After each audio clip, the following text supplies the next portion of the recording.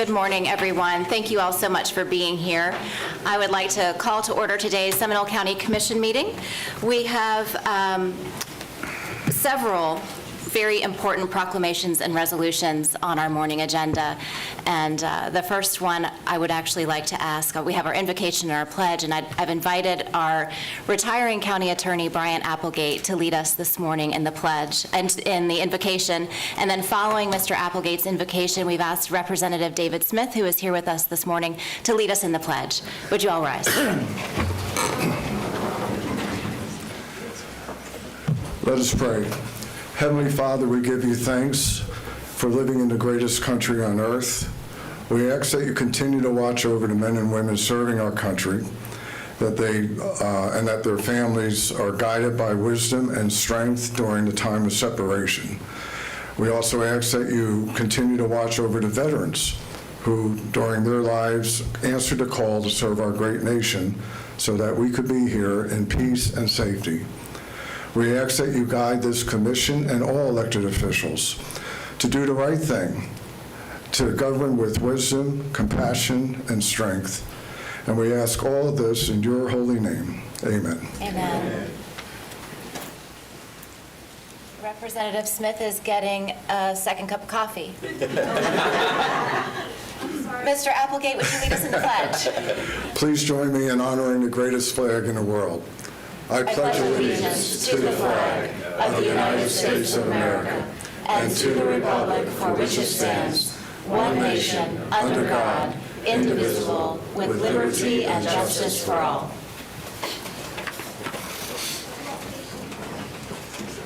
Coming in clutch, even down to the wire, Mr. Applegate. I'll tell you what.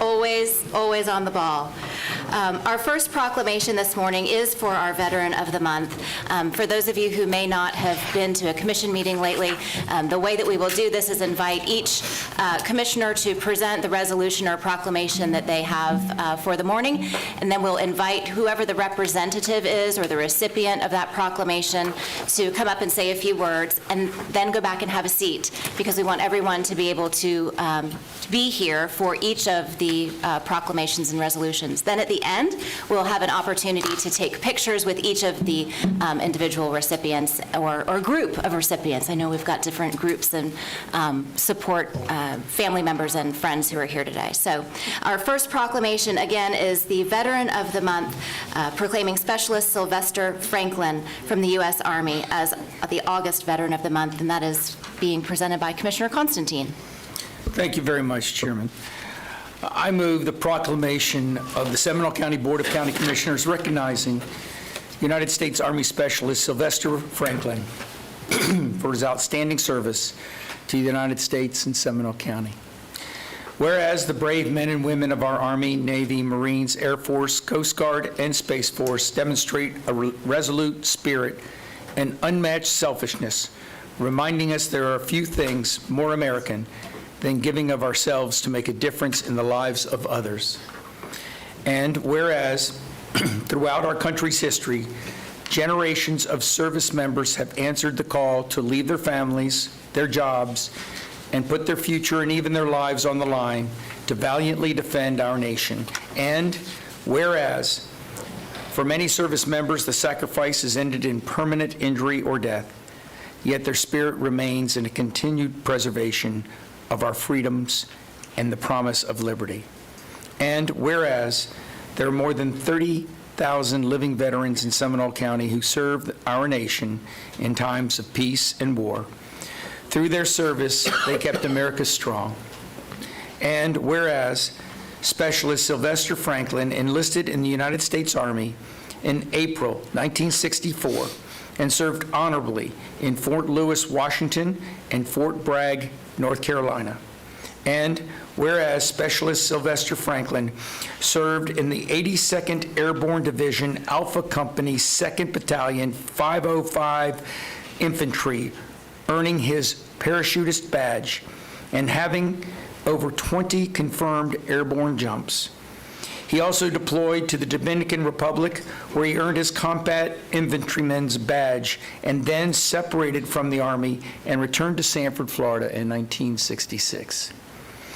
And whereas Specialist Sylvester Franklin worked at Cape Canaveral for the TWA and Boeing as a supply specialist. In 1970, he briefly worked for Disney World before it officially opened. He then transitioned to Florida Power and Light at the Sanford Power Plant, where he worked as an electrician for the next 18 years. He retired from FPL and went to work for Volusia County School Board as a mechanic. He officially retired from the county in 2006. Upon retirement, he has continued to serve his community by ways of his membership in the Bow Key Riders Motorcycle Club in Sanford. As the president of the club, he is extremely active in the community by feeding and clothing the homeless and providing scholarships to local graduating seniors going to college. And whereas Specialist Sylvester Franklin has brought great credit and distinction upon himself, the United States of America, the United States Army, and Seminole County. Now therefore be it proclaimed that we, the Board of County Commissioners of Seminole County, Florida, express our gratitude, admiration, and respect for Specialist Sylvester Franklin for his outstanding service to the United States Army and the residents of Seminole County. Be it further proclaimed that this proclamation is presented to Specialist Sylvester Franklin, along with our sincere congratulations and recognition as Seminole County's Veteran of the Month. There's a motion Second. and a second by Commissioner Zembauer. Any discussion? All those in favor say aye. Aye. Any opposed? Motion passes unanimously. Thank you. Our next resolution, Mr. Franklin, would you like? I'm sorry. That's all Thank you. Would you like to say something, Mr. Franklin? You said earlier you didn't, so I thought you meant it. Well, thank you for your service. Thank you.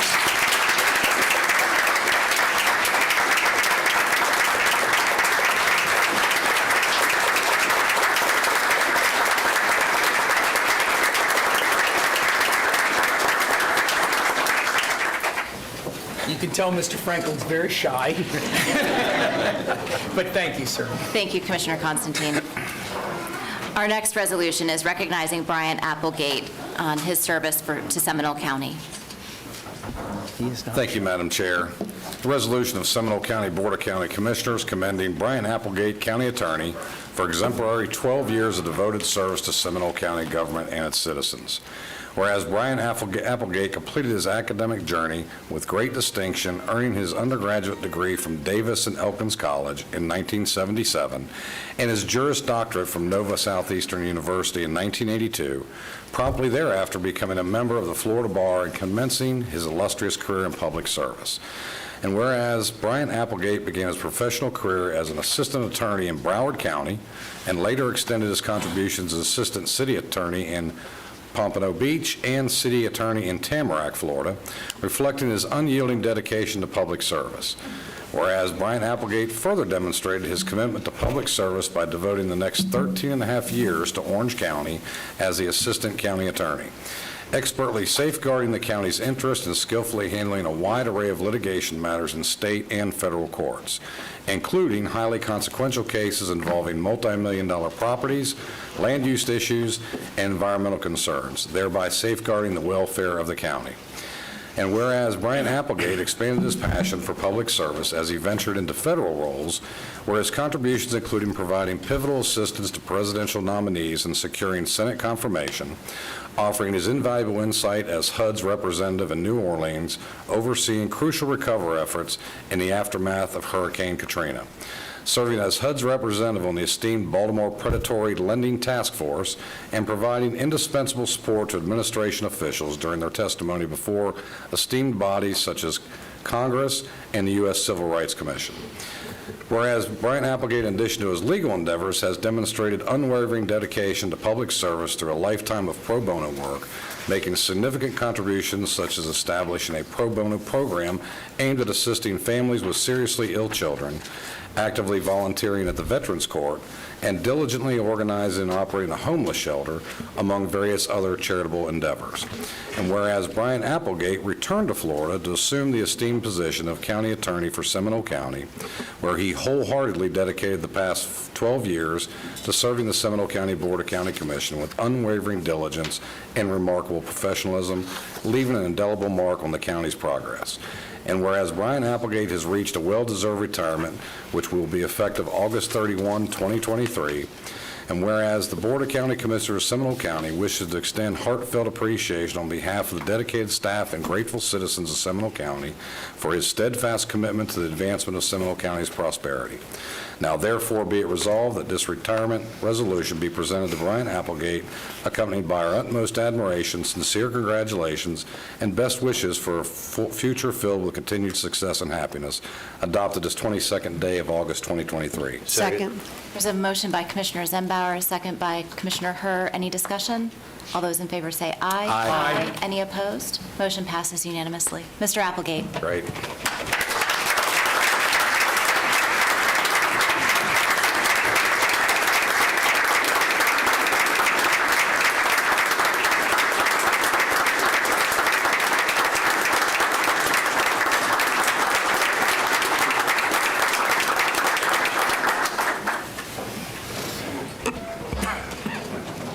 Before I begin, I want to say what an honor it is to stand in front of a veteran who's earned his CIB.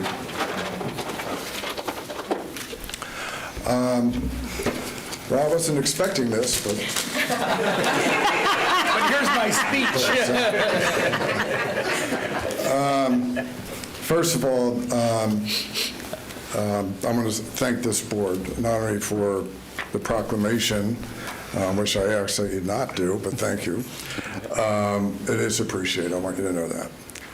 And I also want to thank all of you for all of your support and kindness over, especially the recent years. So I appreciate that. And I would be remiss not to thank Commissioner Henley, Commissioner the late Dick Vanderweide, John Horan, and of course Commissioner Brenda Carey, who is back there. And I could never convince my mother that Commissioner Carey was my boss, not my secretary. Never get through that through the Italian language, I don't know. But anyway, when people ask me about my career from local government to a federal agency to the White House and back, it's because of I was blessed with my best friend, my wife Lynn, who was a true Yankee girl growing up about a couple thousand feet from Plymouth Rock, and I said, we're moving to Fort Lauderdale. And after being there for 5 years, she loved it. She got used to it. She was great in the church community. And then I said, guess what? We're going to Orlando. And guess what? She loved it. Her nickname was Mrs. St. James in Orlando. And then I said, guess what? We're moving to D.C. And we moved outside of D.C. to just on the border of West Virginia. And she just loved that community. And I said, guess what? We're moving back to Seminole County, Florida. And through it all she ever said was, let's do it. And none of this would be possible without her. And when people say, you know, our two kids we're blessed that they're very successful. They were growing up, I was doing litigation, and she was raising the kids. So none of this would be possible without Lynn. And also, if I'm successful in anything, is I know how to hire smart people that are smarter than me. And I want to thank my office. They're sitting here now, those that can make it. They have done amazing work for all of you and for the people of Seminole County. And I will miss them dearly. And I will be in their debt for forever. They work hard. and just do amazing things. So I want to thank them for that. I can tell you that in just a short time that I got to know Kate, your new county attorney, you are very blessed. You had a difficult choice to make. You had 5 great candidates, and Kate is just perfect for this board and for the county. I've enjoyed the opportunity to work with her a little bit in the transition. I think her teaming up with Darren, who is just already doing a great job as your county manager, you are in great hands. You know, I'm a Reagan disciple, and Ronald Reagan always said that it is the goal that when you assume office to make it better than what you found, and then hope that the person who follows you makes it even better. And I think Kate's the perfect person for that. And I know that great things are waiting for her. I've been asked, what am I going to do? We have a grandson, 9 months old, in Washington State, and grandkids in Washington, D.C. We'll be spending time with them. I'm also going back to being a mentor in Veterans Court here in Seminole County. I stopped doing that for a while when I was the interim county manager. I think you understand why. And then hopefully do some volunteer work with legal aid and then see what the future holds. But again, I want to thank all the departments and the staff. This is just a great county. And I'll conclude with a story you heard many times. I always love the budget season. When I call other county attorneys around the state and I ask them, how was your budget meeting? And some will say, oh my God, we had 200 people, they were yelling, screaming, calling me names, and I had nothing to do with it. And how was yours? And I said, oh, brutal. What do you mean brutal? I said, well, we went 12 minutes last night. And they said, how do you do that? And I said, I don't have anything to do with it. When you have a history of a county with commissioners, and the result is great schools, great services, great roads, great parks, great trails, and the lowest tax base in all Central Florida, people love living here. And that reflects on you and the commissioners that preceded you. So God bless all of you. I've been blessed by God more than I could ever imagine and deserve, but I know that He will continue to bless all of you in the days ahead. So thank you.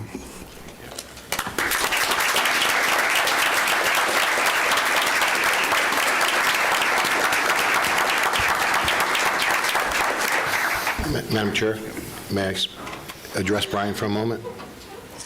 So is each one of us going to want to do that? I just want to be prepared. Yeah? I'd like to Okay. say something too. That's awesome. Mr. Yes. Applegate, would you come back up to the podium, please? I'm so sorry, Bryant. If I'd known it was coming, I would have just told you to stand there and wait. Thank you, Madam Chair. Brian, to say the words are difficult to come out because there's so many wonderful, good things to say about you. We could literally be here all day.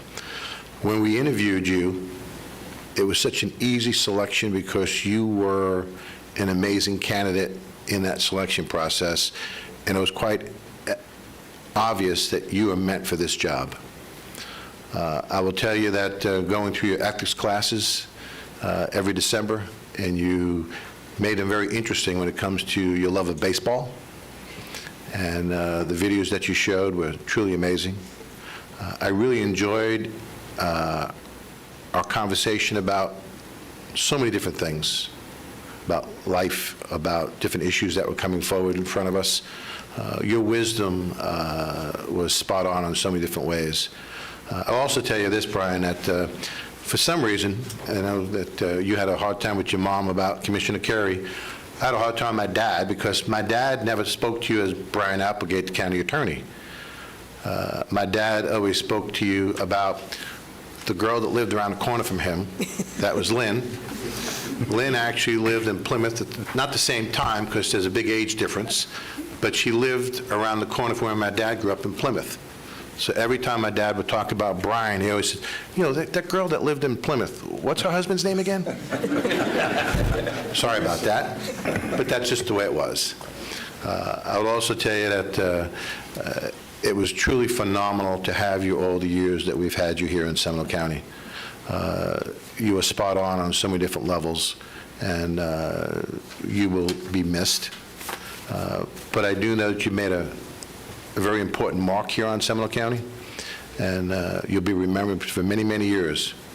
And to say thank you, the words don't do justice, so I need to say thank you to you and to Lynn. Thank you very much for your hard work, your dedication, your loyalty, and your wisdom. Thank you. Anyone else want to address Mr. Applegate? Commissioner Zembauer.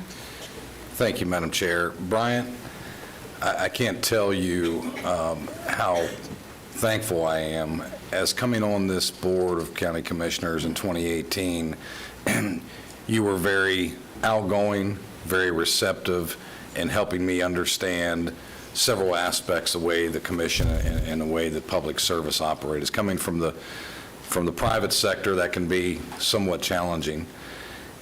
I also reflect upon the times of the pandemic and the steady hand and the willingness to have dialogue when I challenged you and challenged other members of the team. And your steady hand and resilience and vetting the process. And I've dealt with thousands of attorneys in the private sector. And I will tell you, you by far are one of the most even-keeled, considerate attorneys that I've crossed paths with. And willing to take that challenge and have that dialogue is not often something that is found in attorneys. So I thank you for that. I also thank you for the obvious work you've done with the young people and the mentoring you've given these young people in helping cultivate new young attorneys for the public sector. So thank you very much. I consider you a friend. Good luck in your adventures, and I hope you will continue to mentor the young people. Thank you. Anyone else? Commissioner Herr and then Commissioner Constantine. So I'm not necessarily one that ever gets gushy publicly, so let me just start with that. That doesn't mean the feelings aren't real. So first of all, Lynn, thank you for sharing him with us. But now he's yours full-time, so there's, guess what? Guess what? Bryant, one of the first phone calls that I made when I decided to run for office was to you, to warn you. Since I had served as a healthcare consultant for many years and we had known each other very well through that interaction. And your advice was very sage and very welcome. And it was a pleasure to serve here with you. It was my honor to be of service to you as you were of service to this board. So I'm going to do this maybe a little bit metaphorically. My farewell for you is this. It's the 15-year. It's mostly a gift for Lynn. What is that? I don't recognize it. I don't recognize it. It is not your brand. It is not your brand, and that's purposeful. This is for you to explore new ventures, to go do things that are different from what you do, while I realize this is not wildly different from what you do, but to really enjoy life the way you can with that 100th percentile little 9-month-old that is the stinking spitting image of you. From the time of the shot, what's the thing called? The sonogram. That this face looked like you. So congratulations. We love you. We will miss you. But you are leaving a wonderful legacy, including our new county attorney. And we wish you the best of enjoyment for the rest. And there may be a board or two that you get called to serve on. I left Kate a bottle of that in the drawer. Don't worry. I fully support that. Congratulations, Brian. It was our pleasure. Commissioner Constantine. Thank you. And that child does look like you, unfortunately.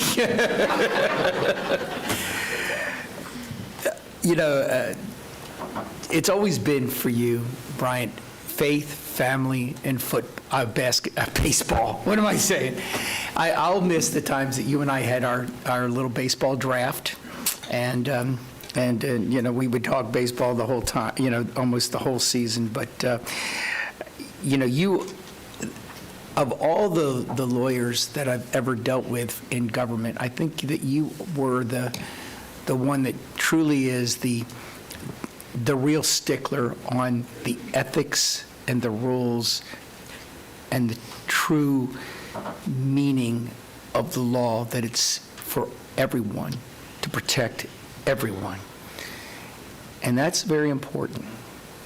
And the one thing that hasn't been mentioned today, and Lynn, I want to also thank you very much, because I know how how much you had to sacrifice throughout all these years. But for the last 12 years, the one thing that I recognize is that you have given us victories,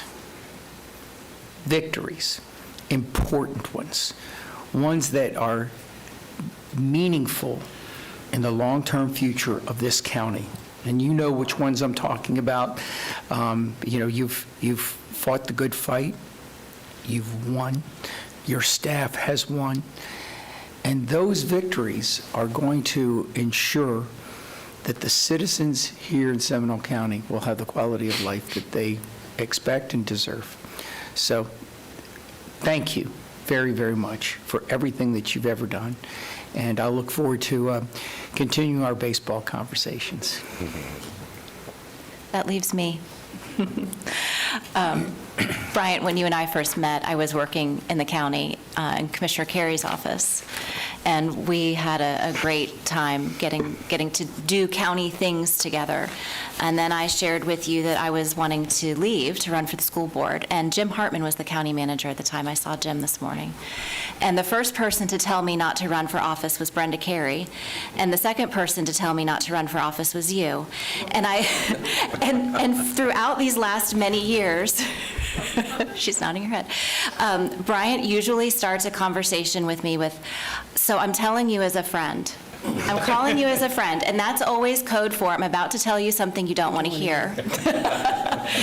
And those conversations have been truly some of the best that we have had. You have been not only an incredible professional and counsel professionally, but also counsel as a friend, and I am very grateful for that. And I see us doing a lot more together in the future. So you are not leaving, you're just moving to a different place, and we know where to find you. So thank you so much. We appreciate you. Thank you.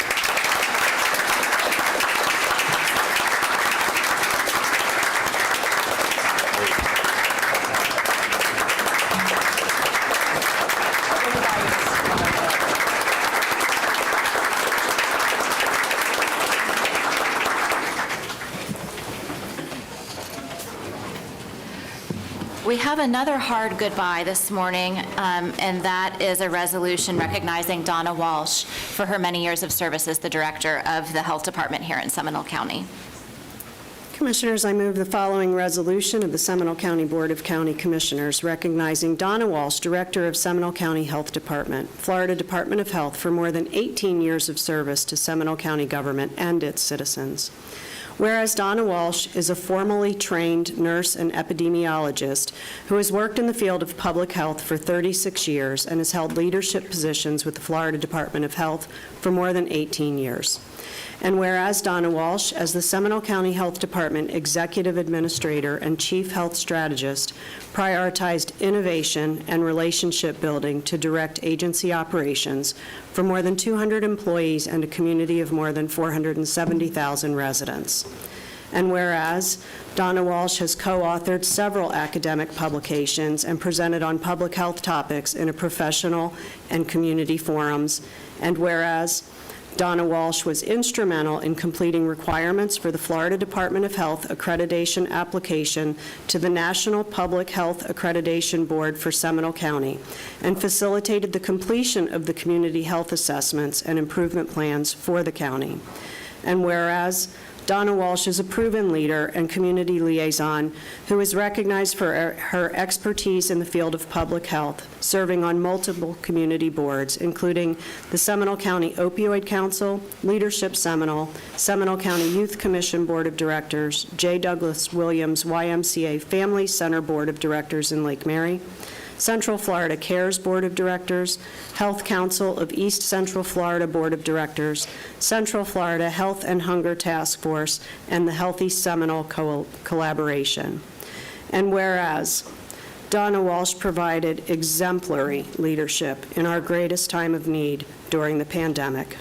And whereas Donna Walsh retired from the Florida Department of Health, Seminole County, effective June 2nd, 2023. And whereas Donna Walsh will continue as her faithful servant and leadership as the President and CEO of Shepherd's Hope.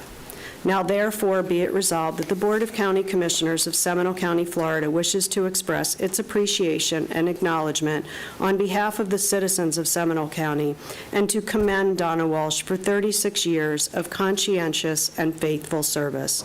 Adopted this 22nd day of August, 2023. Second.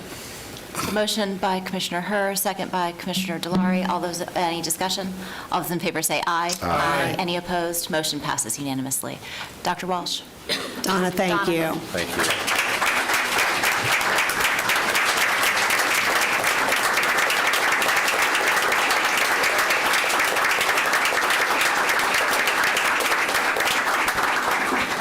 I just gave you another accolade. You did. So you can add that to the next proclamation. I appreciate that, but I have not achieved that yet.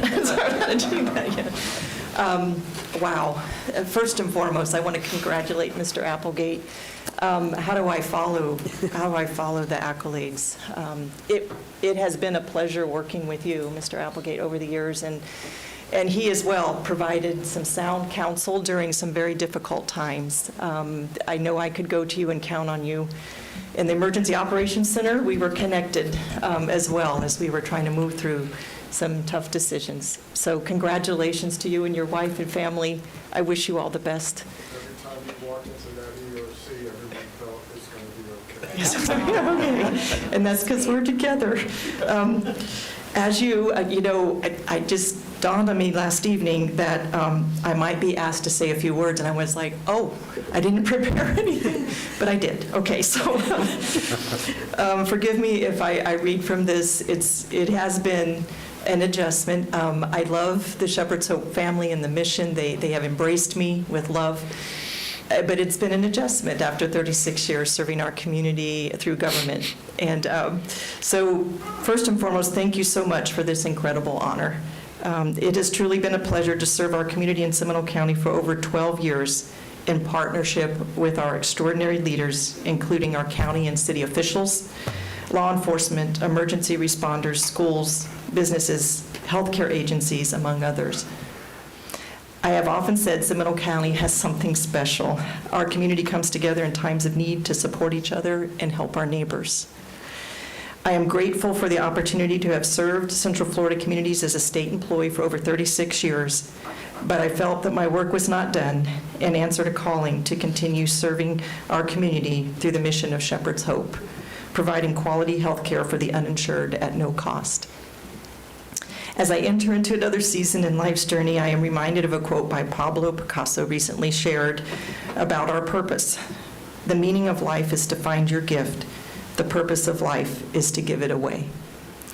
I look forward to continuing to give hope to others by serving our community in health and wellness alongside the many service leaders and friends of hope who join us every day in this work.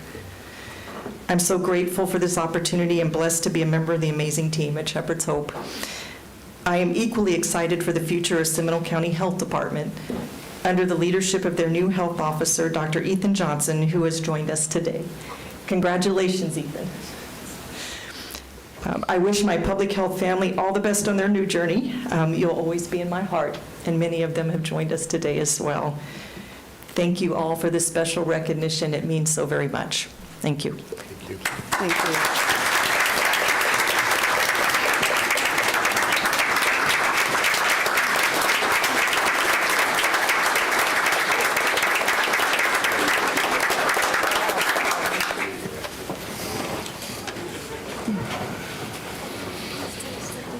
Our final proclamation this morning is proclaiming the week of September 17th through the 23rd as Constitution Week, and this is brought to us every year by the Sally Harrison chapter of the Daughters of the American Revolution. Thank you, Madam Chairman. And we all have a lot to be proud of, especially being a part of this great country of ours. And the cornerstone of this great country is the Constitution. And one of the organizations that has actually been so involved in forming this country for so many years and bringing the Constitution to life every year is the Daughters of the American Revolution. If you're a member of the Daughters of the American Revolution, can you stand, please? Because there's many of you here today. And I wanted to say thank you. We should all be thankful for all your hard work and all your past family members' hard work. And it should always be recognized of your lineage and what you've done over these years. So with that, Madam Chairman, I'd like to present this proclamation of the Seminole County Board of County Commissioners proclaiming the week of September 17th, 23rd of 2023 as Constitution Week. And whereas it is a privilege and a duty of the American people to commemorate the 236th anniversary of the drafting of the Constitution, which is the supreme law of the United States of America, with the appropriate ceremonies and activities. And whereas this celebration of the Constitution was started by the Daughters of the American Revolution, in 1955, the DAR petitioned Congress to set aside September 17th to the 23rd annually to be a dedication to the observation of the Constitution Week. The resolution was later adopted by the U.S. Congress and was signed into public law on August 2nd, 1956, by President Dwight D. Eisenhower. And whereas Public Law 915 guarantees the issuance of the proclamation each year by the President of the United States, designating September 17th to the 23rd as Constitution Week. And whereas it is fitting and proper, to accordance with official recognition to this document and memorable anniversary, to the Patriots celebrating, which is commemorated here today. Now therefore we proclaim that we, the Board of County Commissioners of Seminole County, Florida, proudly express our respect to the Constitution of the United States and do hereby proclaim the week of September 17th to 23rd, 2023 as Constitution Week, adopted as 22nd day of August, 2023. Second. So a motion by Commissioner Delary, second by Commissioner Zembauer. Any discussion? All those in favor say aye. Aye. Any opposed? Motion passes unanimously. Ms. Dew, are you here to accept? Thank you. If you'd like to come down.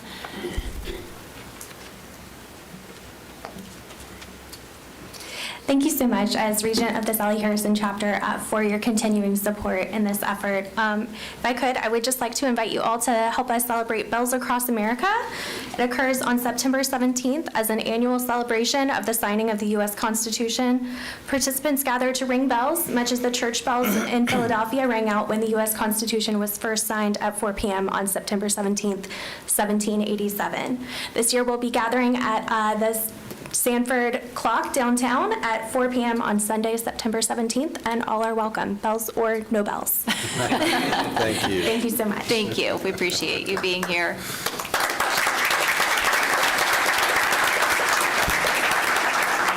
So, Commissioners, we were able to take some pictures ahead of time with some folks, but anyone that would like a picture by yourself with us, with your spouse, with members of your office, with people who just love you, we'll do every iteration of photo you can possibly imagine so that you leave here feeling loved.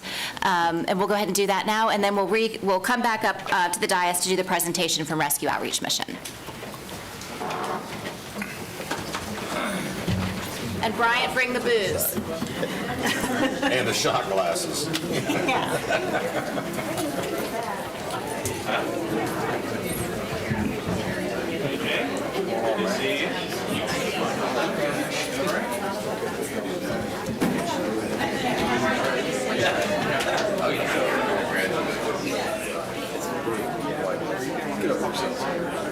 Oh, yeah. Oh, yeah.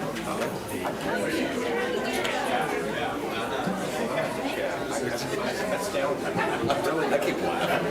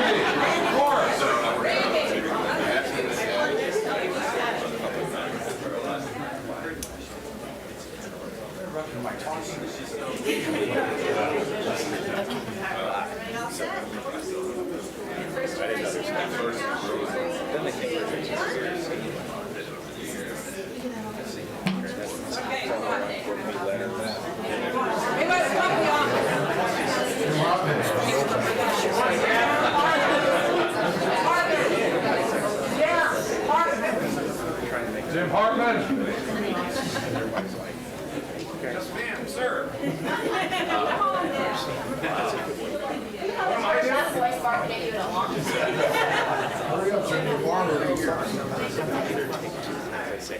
Right here. My count. 3, 2, 1.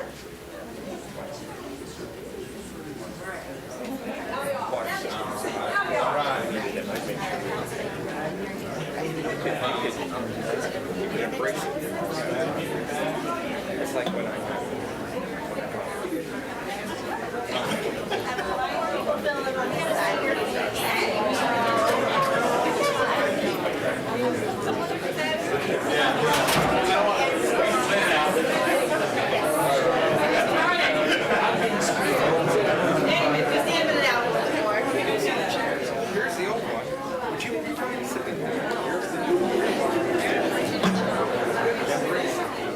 All right, ready? Right here on my count. 3, 2,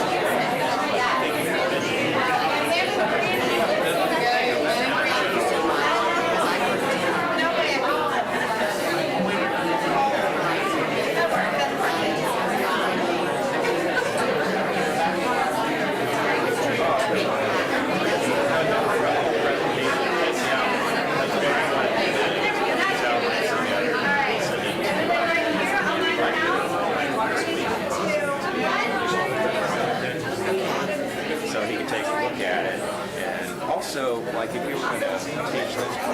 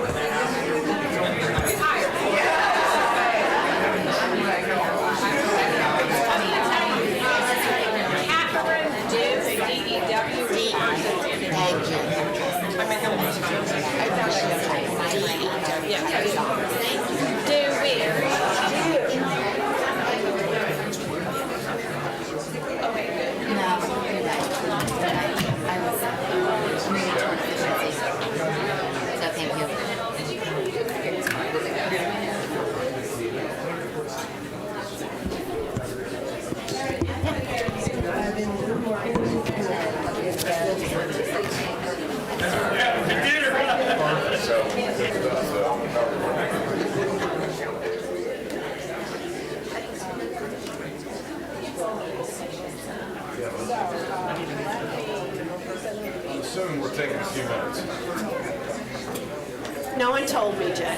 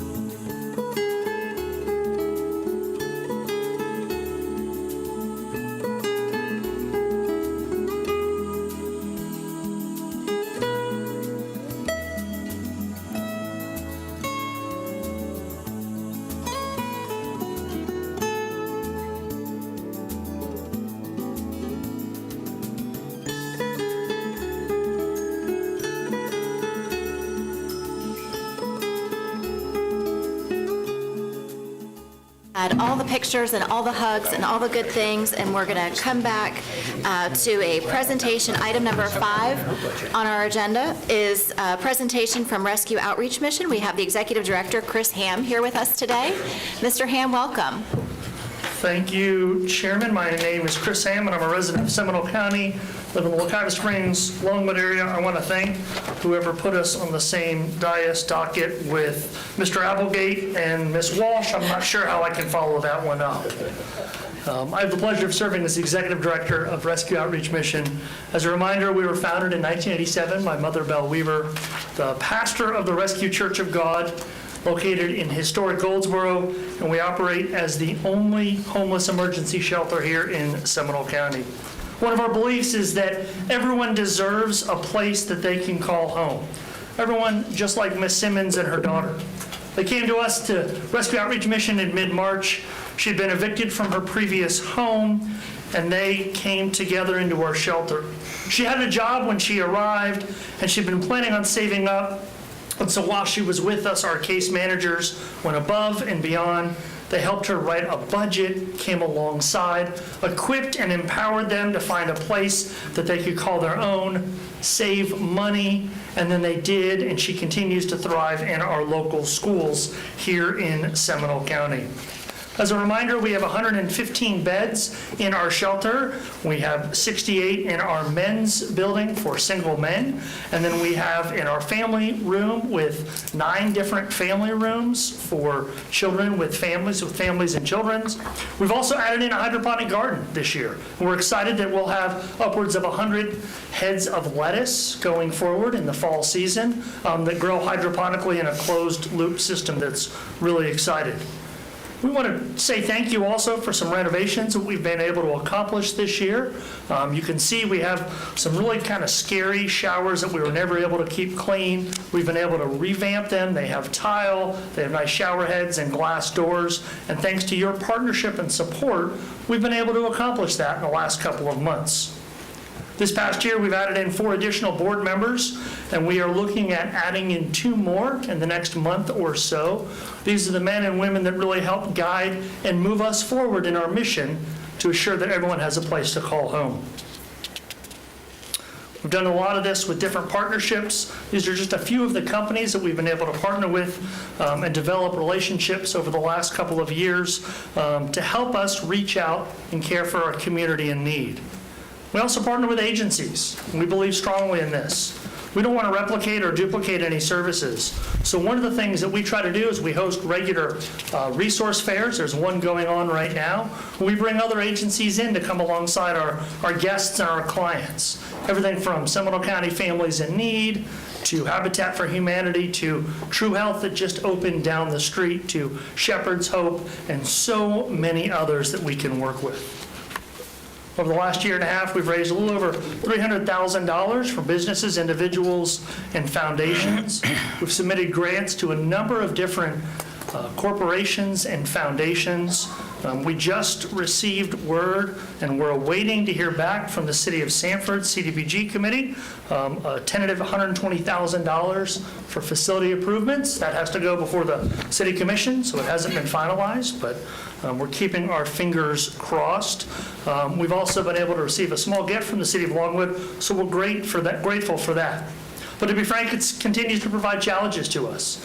Staffing in the development area has been a challenge, just like many of our other nonprofits in our community. Our development director moved to Pittsburgh, Pennsylvania in December, and we've just got a new development officer, Addison, who just started with us 2 weeks ago. So one of the things that we're doing forward, I want to remind you, we do have our Gratitude and Action Luncheon coming up October 12th. We would love to have every one of you there to join us for this free lunch. There's no charge for the lunch, but there will be an ask. And so we'd love to have you at that event. We have a charity poker tournament coming up, and we recently just put out a back-to-school mailer that went out to talk about the number of children. There's over 2,700 in our Seminole County who are homeless tonight. Most of this has been done, our accomplishments, because of a fantastic staff that we've created. We've gone from 7 employees to about 24 today. A big part of that is Christine Schaefer, who's going to come here in just a minute and chat with you. Christine is a Sanford native. She is a graduate of Goldsboro Elementary, Seminole High School, Seminole State College, and UCF with both a bachelor's and a master's in social work. And she's been working in this field for over a decade. And one of the things that I'm really proud of with Christine and her team is the case management. These are the men and women that work 7 days a week providing our case management services to the men, women, and children that come into our shelter. They come alongside and they equip and then they empower. And they want to provide respect, compassion, and dignity. I want to let you know that in the last year and a half, we have assisted over 343 individuals in our community find a permanent place to call home. One of the things that we do whenever we are able to place someone, we have a keyboard. And in fact, I brought some keys to give you to symbolically put in your pocket or your purse to think about the 343 individuals that you've helped us assist transition from sleeping in their cars, sleeping in our parks, or wandering our streets into permanent housing. So I brought each of you a key that you can put in your pocket to remind you of those individuals. And so I'll leave those here for you. And then Christine's going to share a little bit. Thank you. So I'd like to reiterate, too, one of the amazing things that we have with our case management staff is that they do operate 7 days a week. So our clients are not taking off work to meet with a case manager. They're not skipping appointments or having to miss any of their daily obligations. We have staff there until 8 o'clock at night. We have staff available on Saturdays and Sundays for them to meet with a case manager and figure out what's my game plan, where am I going from here, what resources do I have available to me. So in having the staff available that way, what we've been able to accomplish is we've served 665 guests just in 2022, and we were able to house 213 of those. We have an average length of stay of about 52 days. Our goal is to get that down to 45, but I'll talk about why it's a little longer in a moment. We've served 27,000 shelter beds. In 2022, it's about 74 guests a night, and what's increased is we're seeing more of a need for shelter beds. We've also increased the number of intake specialists as well, and in doing that, we've increased it to just over 19,000 beds a night this year so far, so 90 guests per night. So that increase from 74 to 90, we're seeing that along the way, and then just last night, we had 102 guests in shelter. So we are in that process of determining, eligibility and looking at, do we need more beds, or is it who are we serving? So just to let you know, our family spaces, we are looking at accommodating more families. We do have some families on the waiting list, and the way that we look at that is Seminole County students always get priority. We make sure that we work closely with Seminole County government and the school system to serve those students that are experiencing homelessness. Also meals served, so last year we were at 85,000 meals, and then this year so far, just over 54,000. So like I said, we have about 102 guests in shelter last night, and 19 of those were children. Most of those are Seminole County school children or enrolled in an ELC program within Seminole County. We also have great news. A mom gave birth just over the weekend, so we're all really excited about bringing a new baby in, and we're working really closely with the pregnancy center to make sure she has everything that she needs. One of the things that we have noticed just in the last year or so is an increased need for a lot of our guests. So in pulling some of those numbers, if you notice, the number of guests housed, yes, it's a great number, but based on the number that we served, me being a perfectionist, I don't like that number. So we pulled some data and figured out that about 46% of the guests coming into our shelter do report having some type of disability. So we want to make sure that those guests are receiving absolutely everything that they need, every tool in their toolbox that they need to find housing. And in doing that, we've had to implement intensive case management. And what that means is typical case management, I see you once a week, I'm checking in on your goals, trying to figure out what your plan is. Intensive case management is maybe you don't remember you have a case manager. So they're talking with them daily, sometimes multiple times a day, to figure out what's going on, what's your game plan, what your needs are. And the picture that you see on the screen there is someone that went through our intensive case management plan. His name is Cyrus, very near and dear to our hearts at Rescue Outreach. He was with us for about a year. He came into the shelter with his parents, and their game plan was to find some type of housing. He had already been precariously housed for quite some time. His parents were in and out of their cars, they'd have short-term leases, but never really could find something permanent. Unfortunately, his parents decided to leave the shelter. They weren't able to save the funds that they needed, and they went back to their car. Cyrus stood up for himself and said, I don't want to be back in the car. I don't want to go there. I want to stay here. So at that point, we were able to work with Adult Protective Services, and Cyrus thankfully was able to get placed into an independent living home where he now has a support care worker. He now has options to eventually work with animals like he wants to, and he got one of those great places that are right by SeaWorld where he has an annual SeaWorld pass. So he's really excited about that because of how much he loves animals. But that's what we're doing at Rescue Outreach, is making sure that people have connections, that they're finding housing, and that they're able to have some type of support once they exit to prevent them from becoming homeless again. Thank you.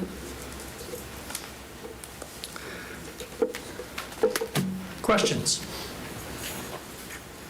Commissioner Herr? I don't have any questions, but I have a couple of other call-outs as the board member that serves on this board. It's certainly been my privilege to serve on the board, and I thank my county commissioners here for letting me continue to serve on this board. We have together made a significant impact in the community.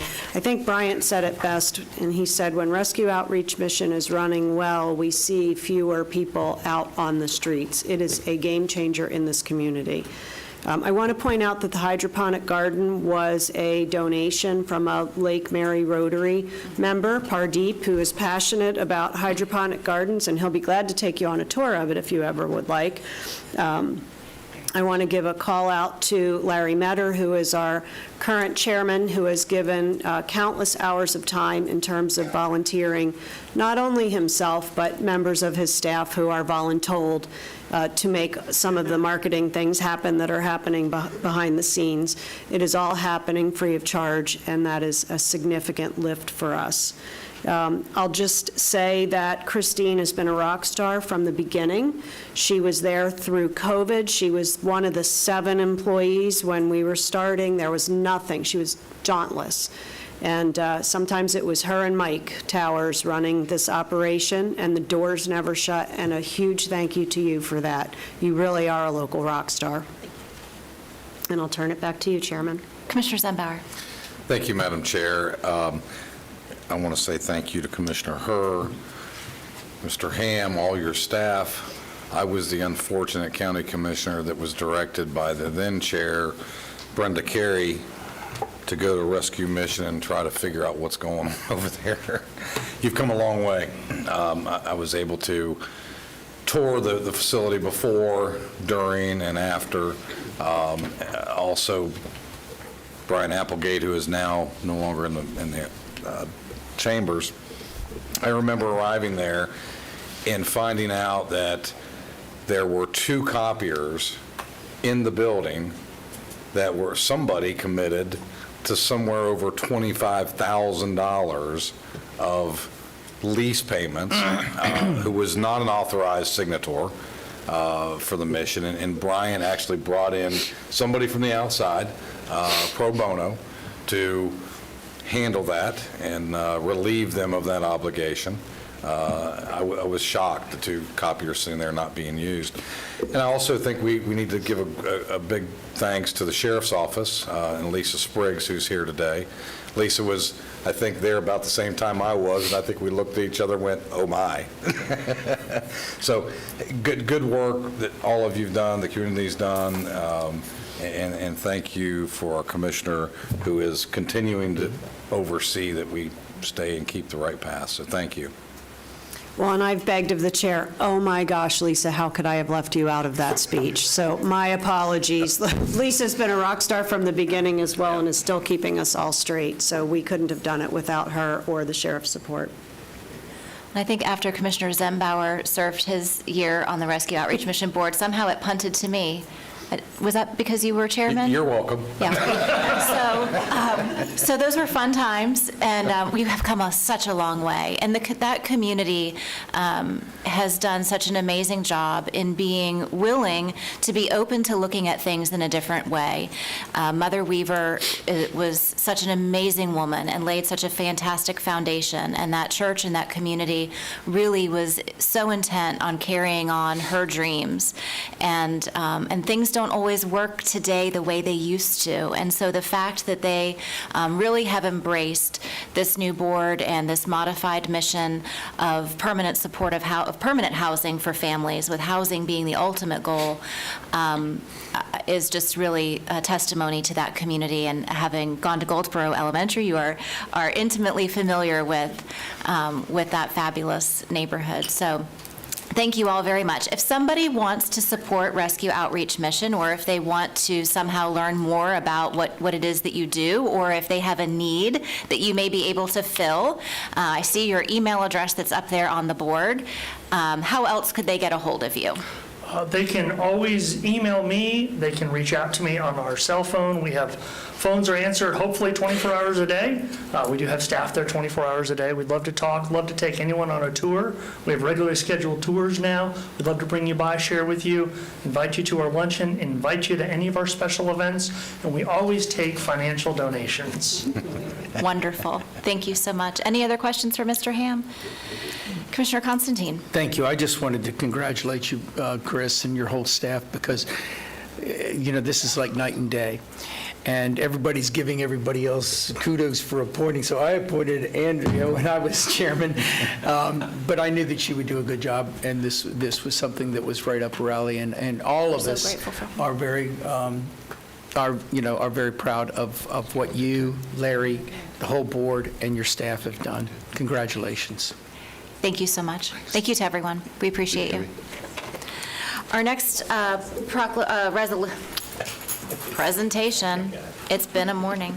Our next presentation is on our finance update. Have you come on down? Our investment advisor, Mr. McIntyre. From the great state of Texas. Good morning. Okay. And I think there's some good news buried in here, I really do. Inflation has fallen significantly, but it actually... Good. Yeah. Inflation has fallen significantly, but it actually rose a little bit on a headline basis in July, and it's expected to rise in August, and we know that because we've seen gas prices and oil prices and commodity food prices rise. So that's going to be a little bit of a bump in the road. That's the bump in the road that the Fed chairman has warned us about. It's not going to be a straight line everywhere, so shouldn't come as too much of a surprise. What is kind of coming as a surprise is the idea that the U.S. economy is accelerating. Our fixed income analyst on our Monday morning call had actually showed us a Bloomberg Analytics headline from October of last year where Bloomberg declared that there was a 100% chance of recession within the next 12 months last October. So that hasn't happened. One thing that I want to point out is that in my opinion, it looks like we could potentially be looking at a government shutdown on October 1st. It's going to be really tricky to navigate the 3 weeks that Congress is in session. They've got several things that they need to pass on the way to a balanced budget or a budget for next fiscal year. And I think it's going to be really tricky because the Congressional Budget Office let out their July budget review, and there was a $1.6 trillion budget deficit for the fiscal year, which is really rare whenever you're actually expanding. And one of the things that I want to point out is that it was both on the expense side and the revenue side. So the revenues were about 10% less than expected. Part of that had to do with last year's stock market, which was a terrible stock market, so people paid less in terms of taxes. And on the expense side, one of the big expenses was interest on the debt, which was up 35%. Which sort of folds into the idea that the Fed may be done hiking rates, despite the fact that the economy seems to be accelerating, because the hiking of the rates is causing a lot of issues. Not only the banking problem for March had the Fed's fingerprints on it, but now we're talking about a significant budget deficit that wasn't expected that has a lot to do with how high rates are. So, having said that, I'm sure there was some, again, got to be some good news buried in there somewhere. This is just the inflation. You can see the little tip there on the green line to where headline year-over-year inflation actually moved up from 3 to 3.2. A lot of people expect it's going to be really close to 4 in August. It's really hard to dispute that when you look at what's happened at the gas pump and with oil prices. Economic growth, we went from 2% to 2.4% in the second quarter. That's preliminary. It could be tweaked as we go forward, but the really interesting thing is that the GDP now, it's not really a forecast, it's a model, for the third quarter is tracking at 5.8%. I certainly think that growth is going to slow down before we get to the end of the quarter. It's still very, very early. But the takeaway here in terms of economic growth is that the Fed is not about to cut rates when the economy is accelerating.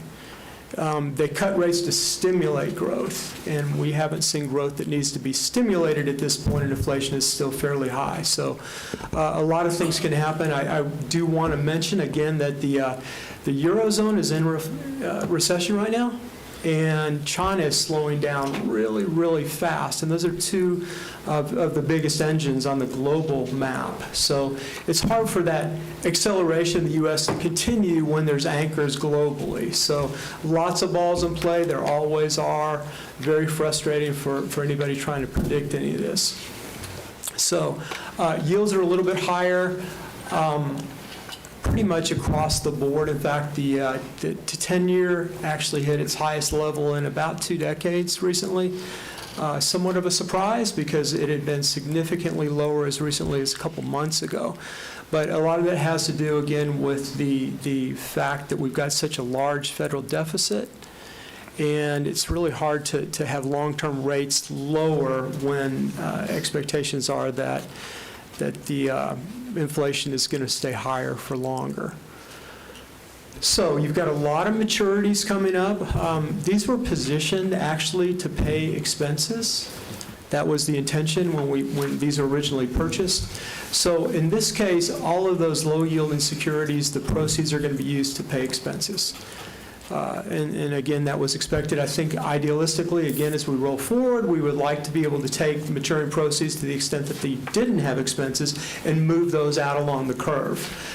We have been doing that methodically as we've gone. In fact, the last couple of purchases, we went out a year and put out a 580. That was really kind of difficult to not accept, being as high as that yield was.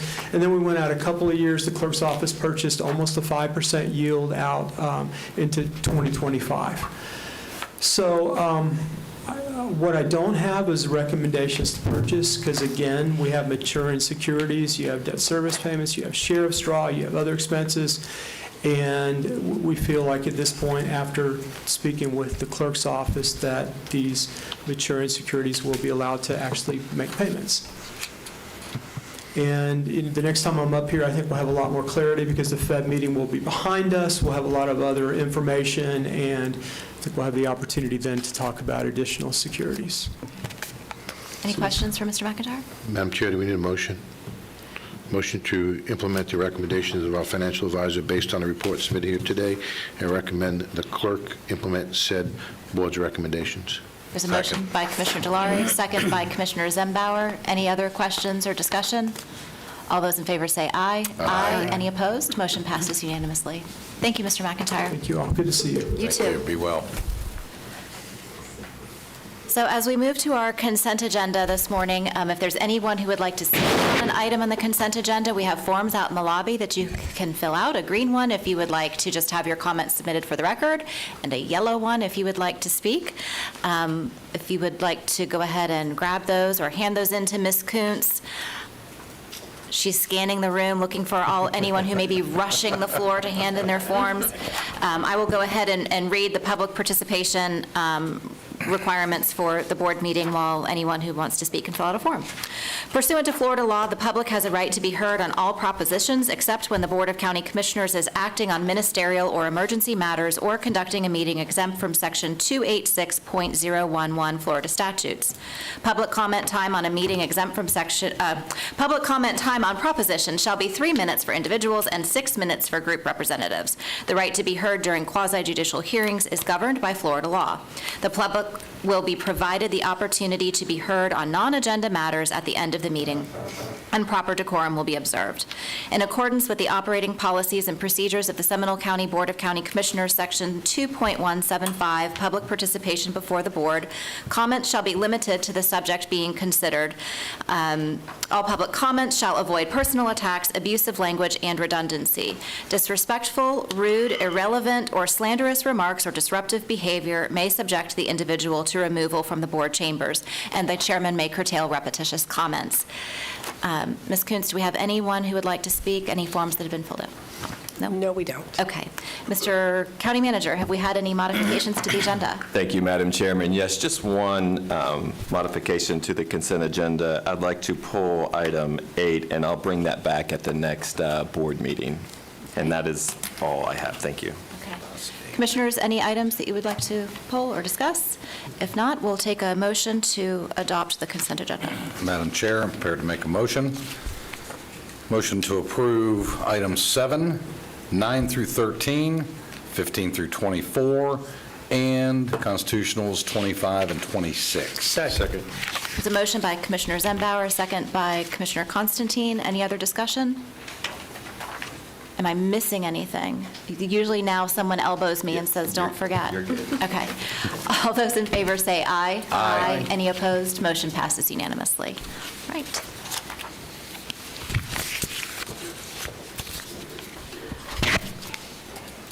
We have county manager briefings, and then the county attorney's briefing, and then we will be breaking for lunch. Fabulous. All right. Thank you, Madam Chairman and Commissioners. The first one under my briefing, the county manager's briefing, is a legislative priorities update. So I'll have our deputy county manager, Ms. Tricia Johnson, give the board an update and look for feedback. Thank you. Thank you very much. Good morning, Chairman and Commissioners. Tricia Johnson, Deputy County Manager. It's that time again. We're approaching Florida's 2024 legislative session, so I'd like to go over our draft legislative priorities and appropriations requests for your consideration. Before we begin, I would like to introduce Kaylee Slattery with the Southern Group. Oscar was here, but I believe he had to run to another appointment, but he also joined us earlier today. We're going to begin with a legislative overview, followed by draft legislative priorities, draft appropriations requests, and closing, of course, with recommendations and next steps. Let's begin with our legislative delegation, Kathleen Pasadomo, in her second year as Senate President from District 28, serving Collier, Hendry, and Lee counties. House Speaker Paul Renner from District 19, serving the east coast of Florida and Flagler and St. Johns counties. And then you have our legislative delegation members serving the Florida Senate and House, 3 of which are beginning just their second year as state representatives. Next, I'd like to go through a timeline of upcoming activity. I'd like to point out that similar to last session, there are 7 committee weeks. And last year, those committee weeks were all scheduled and all packed. So a number of bills were moving forward through the process at a much faster rate. And we do anticipate similar activity this session. The Seminole County Legislative Delegation meeting, the date was actually finalized yesterday, which is why it's not in the presentation. It will be on October 30th, and as always, hosted in the BCC chambers. An appointment has been sent to all of your calendars. The FACT Legislative Day has yet to be finalized. We anticipate that to be in the month of January. Before I move into our legislative priorities, I'd like to mention that these were drafted based on briefings I had with each of you, as well as discussions with members of our legislative delegation and our government affairs team. The intent of today's discussion is just to get your feedback so that I may further refine these priorities and appropriations requests and then bring them back to you on September 12th for final approval. So our first priority, as we know, Governor DeSantis signed the Live Local Act into law last March. This comprehensive set of laws, both new and amended, include appropriations totaling more than $700 million this fiscal year alone, targeted towards affordable housing. As with most legislation, of course, there are some unintended consequences of this act. As of July 1st, the act essentially requires local government to authorize proposed multifamily and mixed-use residential projects as an allowable use in any area zoned for commercial, industrial, or mixed use if the project meets certain criteria. What the language does not address is vested commercial zoning in environmentally sensitive areas, such as the Wekiva River Protection Area and the East Rural Area. So a multifamily rental or mixed-use development in commercial, industrial, or mixed-use zones must be permitted without zoning or land use development change, and the highest currently allowed height for a commercial residential development within 1 mile of the proposed development is also permitted. So our top legislative priority is to work on getting some of this language amended so that it considers environmentally sensitive areas like the WRPA. Last year, as you may recall, Senate Bill 7024 passed, which adopted several revisions to the Florida Retirement System contributions. These changes increased the county's annual FRS contribution by more than $9 million. So to put that into perspective, had the legislation not been enacted, the county's increase would have been closer to $2 million. But one key piece of the legislation that did not pass is the adjustment to the cost of living increase. So it would move, if it passed, from 2% to 3% moving forward. The COLA increase is anticipated to be revisited this session, and if it does pass, the county's FRS contribution for just that 1% increase would be at least, if not more, $6 million annually. As in previous years, water remains one of the top priorities for this board. So we'd like to focus on protecting the health and sustainability of our local waterways, specifically collaborative efforts with St. John's River Water Management District to improve the water quality of Lake Jessup. We'd like to support the ongoing FDEP Water Quality Grant Program, as well as additional funding sources designated towards septic to sewer conversion projects, and I'll be talking more about that in our appropriations requests, and advocate for statewide policy that adopts new and more protective drinking water quality standards. I know there's been discussion about that third bullet in particular, so when we move on to the discussion portion of this program, I'll talk further about that. Wrapping up our legislative priorities, we always want to continue to support our partners that have priorities that are consistent with those of the county, such as Metro Plan, Lynx, and CFX. We also have a number of issues that we always monitor in partnership with Florida Association of Counties and the Florida League of Cities, excuse me. And of course, we suspect 99% of what we do in Tallahassee this session will be related to home rule. Unfortunately, the bulk of what we do is on the defensive when it comes to preserving home rule, maintaining existing authority for zoning, permitting, conservation, and preserving local government funding sources. In speaking with Senator Broder regarding our proposed appropriation request, he's very supportive but noted two things. First, he can't control the governor's veto pen, and secondly, anything we ask for, we should ensure that we haven't applied for a current program or grant that could fund one of these appropriation requests through a different state program. So I have worked with staff to ensure that we don't have any grants that we're have submitted or submitting in the next 6 months related to these requests. I'd like to first note that these numbers are not final. I'll continue to work with staff once I get your feedback today to finalize the exact numbers. Those are ballpark numbers for now. And to remind you, we do need to match these at 50%. So sometimes I'll get a request, we want to ask for $10 million, and that's great, we can do that, but we have to match it. And in the appropriations documentation, we have to demonstrate where that match will come from. With respect to Rolling Hills roadway improvements, we're always typically successful when we submit for infrastructure projects, and these are the first phase of roadway improvements at Raymond Avenue and North Street. These are pedestrian access, sidewalks, roundabouts, traffic calming measures, and road widening. We know that we're going to need more than the $3 million we currently have allocated towards the Rosenwald School project, and we are going to begin renovating the education building. This is not the community center. This is the education portion of one of the buildings, and that will be a larger project. So we want to put in a request because the legislature is very supportive of projects in lower income communities and also projects that may have an affordable housing component tied to them. So even if our request isn't asking for monies for affordable housing, we do know that we've discussed this project having affordable housing on the property. With respect to Fire Station 28, I typically have not submitted for public safety requests, but Senator Broder does oversee the fire funding budget. So he and I talked about this. And what's great about this particular station is it's more regional in nature. It serves the cities of Oviedo and Winter Springs, as well as unincorporated Seminole County, which is always a positive. We originally designed this station to have 4 bay doors, but due to the cost of those doors, we reduced it down to 3. If we're able to add an additional 4th bay door, we could house a boat in that station. And that's important because it's close to Lake Jessup.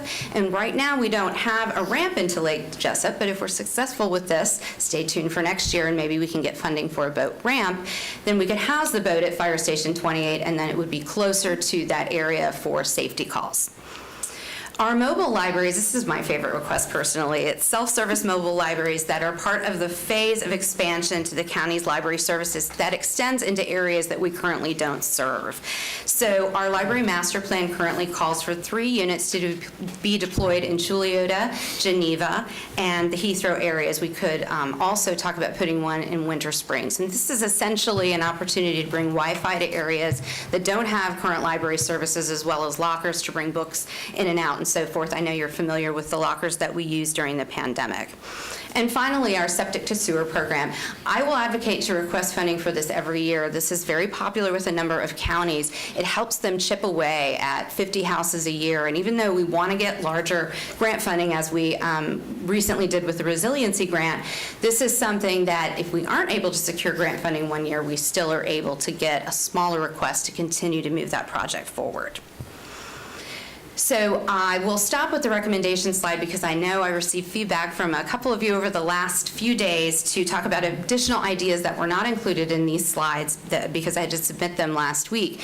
So I want to circle back to one that came up recently related to water, and it was related to improving the quality of our water, drinking water, and what can we do to put in an appropriations request for services to clean the water, or work with Senator Breaux to determine if there is more stringent legislation that should be drafted.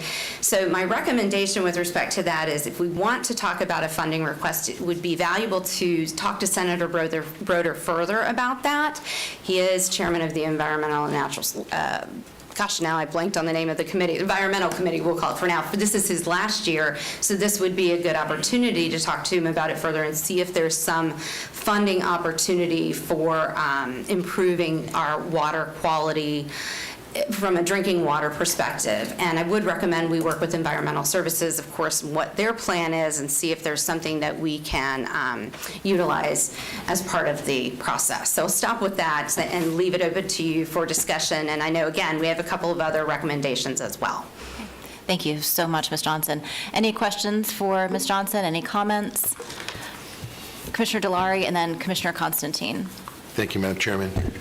Tricia, I see on your appropriation request, which I think is, the topics are all spot on, you didn't go over $1 million in any one of them. Is there a limit? There's not a limit. We typically ask for $500,000 to $1 million because we do have to match. So especially if it's coming out of the general fund, we're pretty conservative. We can certainly ask for more, but I did work with our lobbyists on this, both Southern Group and Ron Book, and they did feel that the requests were appropriate, that we don't want to get too high. But if the board would like to see us increase some of them, we certainly can. The reason I'm asking is septic to sewer, we're planning on doing something there anyway, so how do we maximize the amount of money that we're investing in that area, as well as Station 28 as well? I would need to talk to our lobbyists about that. Okay. Septic to sewer, we just got a $10.7 million resiliency grant, so if we get too greedy, they might veto it entirely. But if Senator Broder says go for $10 million, then we can do that. That's why I'm asking the question. Yes, and also I would say I would want to work with our budget and resource management group, because if we ask for $10 million, we got to find that match. I'm not disagreeing with you, but that's why I'm inquisitive of why your maximum number was $1 million. Thank you. Commissioner Constantine. Thank you very much. First of all, I think this is a very good and complete legislative priorities. In the past, we've been so specific that it took away from the opportunity of some of our lobbyists to really concentrate on the funding, and I think you hit, as Commissioner Delary said, spot on with the requests. I do agree with you as far as the our moral high ground, if you will, in talking to Senator Broder on exploring, requests from DEP, DOH as responsibility and stakeholders, and working together on some funding opportunities for drinking water improvement.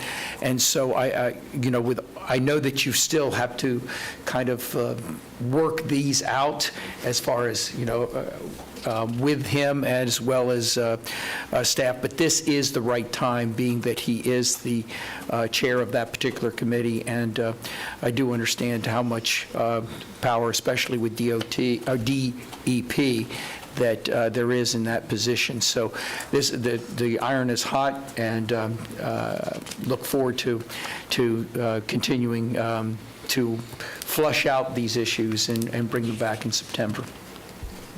Pun noted. Good job. Flush out. Commissioner Herr. You like that one, huh? So I think where you ended, correct me if I'm wrong, was that here's the one new idea that we'd like to talk about. Give me feedback on that, and you have a few others. Did I misunderstand that? No, you did not. I stopped at that one, but we do have a couple of other requests. I spoke with Commissioner Zembauer, and I asked him actually to speak about the due process priority, only because I don't want to misspeak and misunderstand that. But it's related to our medical examiner, and I believe it talked about unintended consequences. The cost for the medical examiner to be an expert witness is costing, I believe, sir, $300,000 to $500,000 additional a year.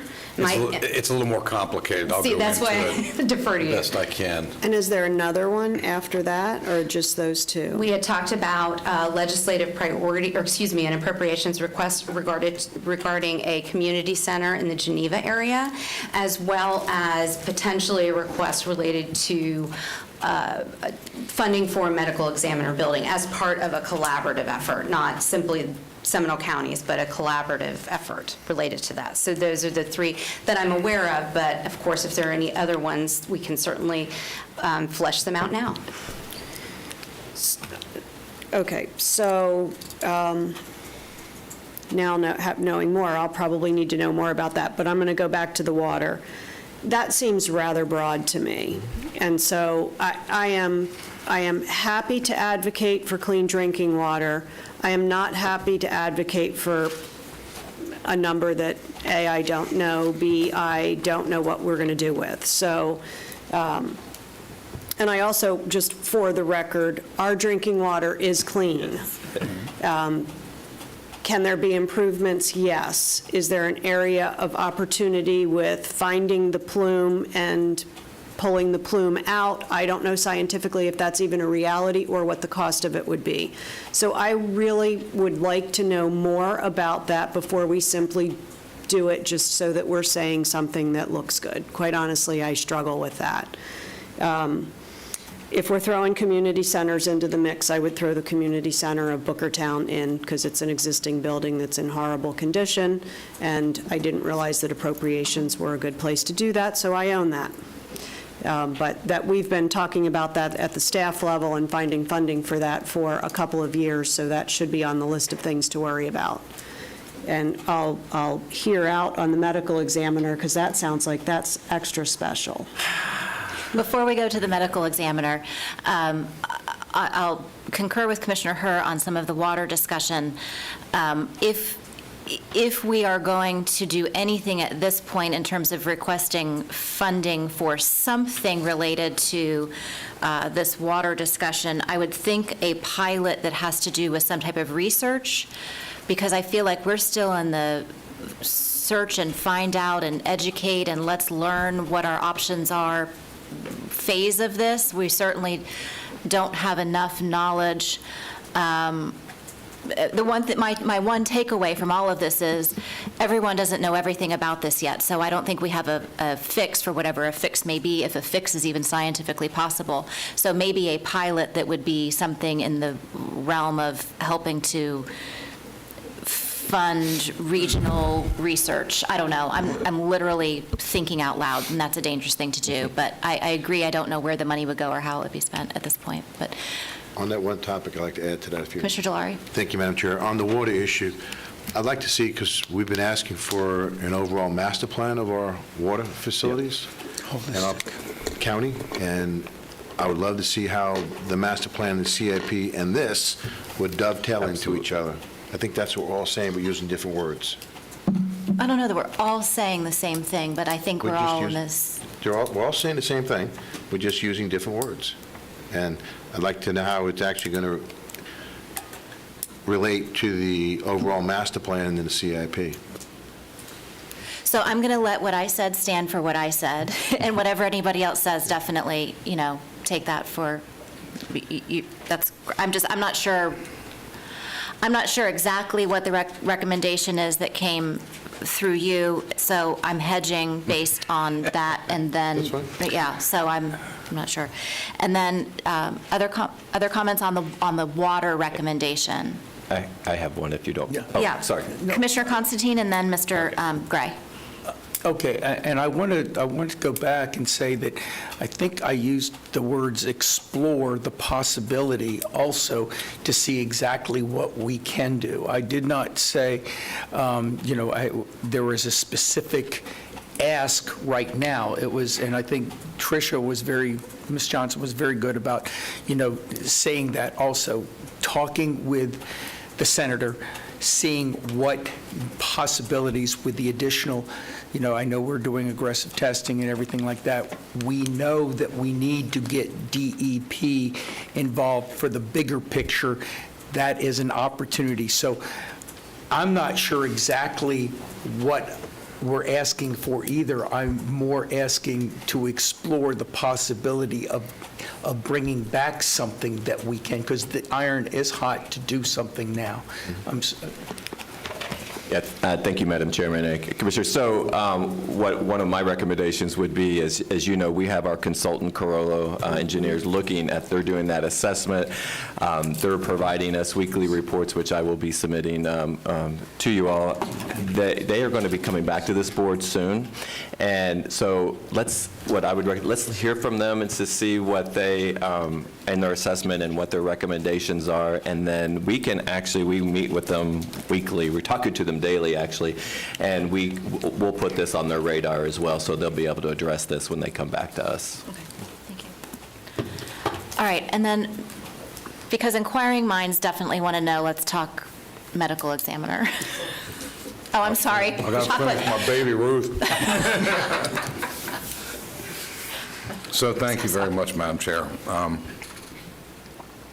My take on it is, I'm not a fan of the bay door.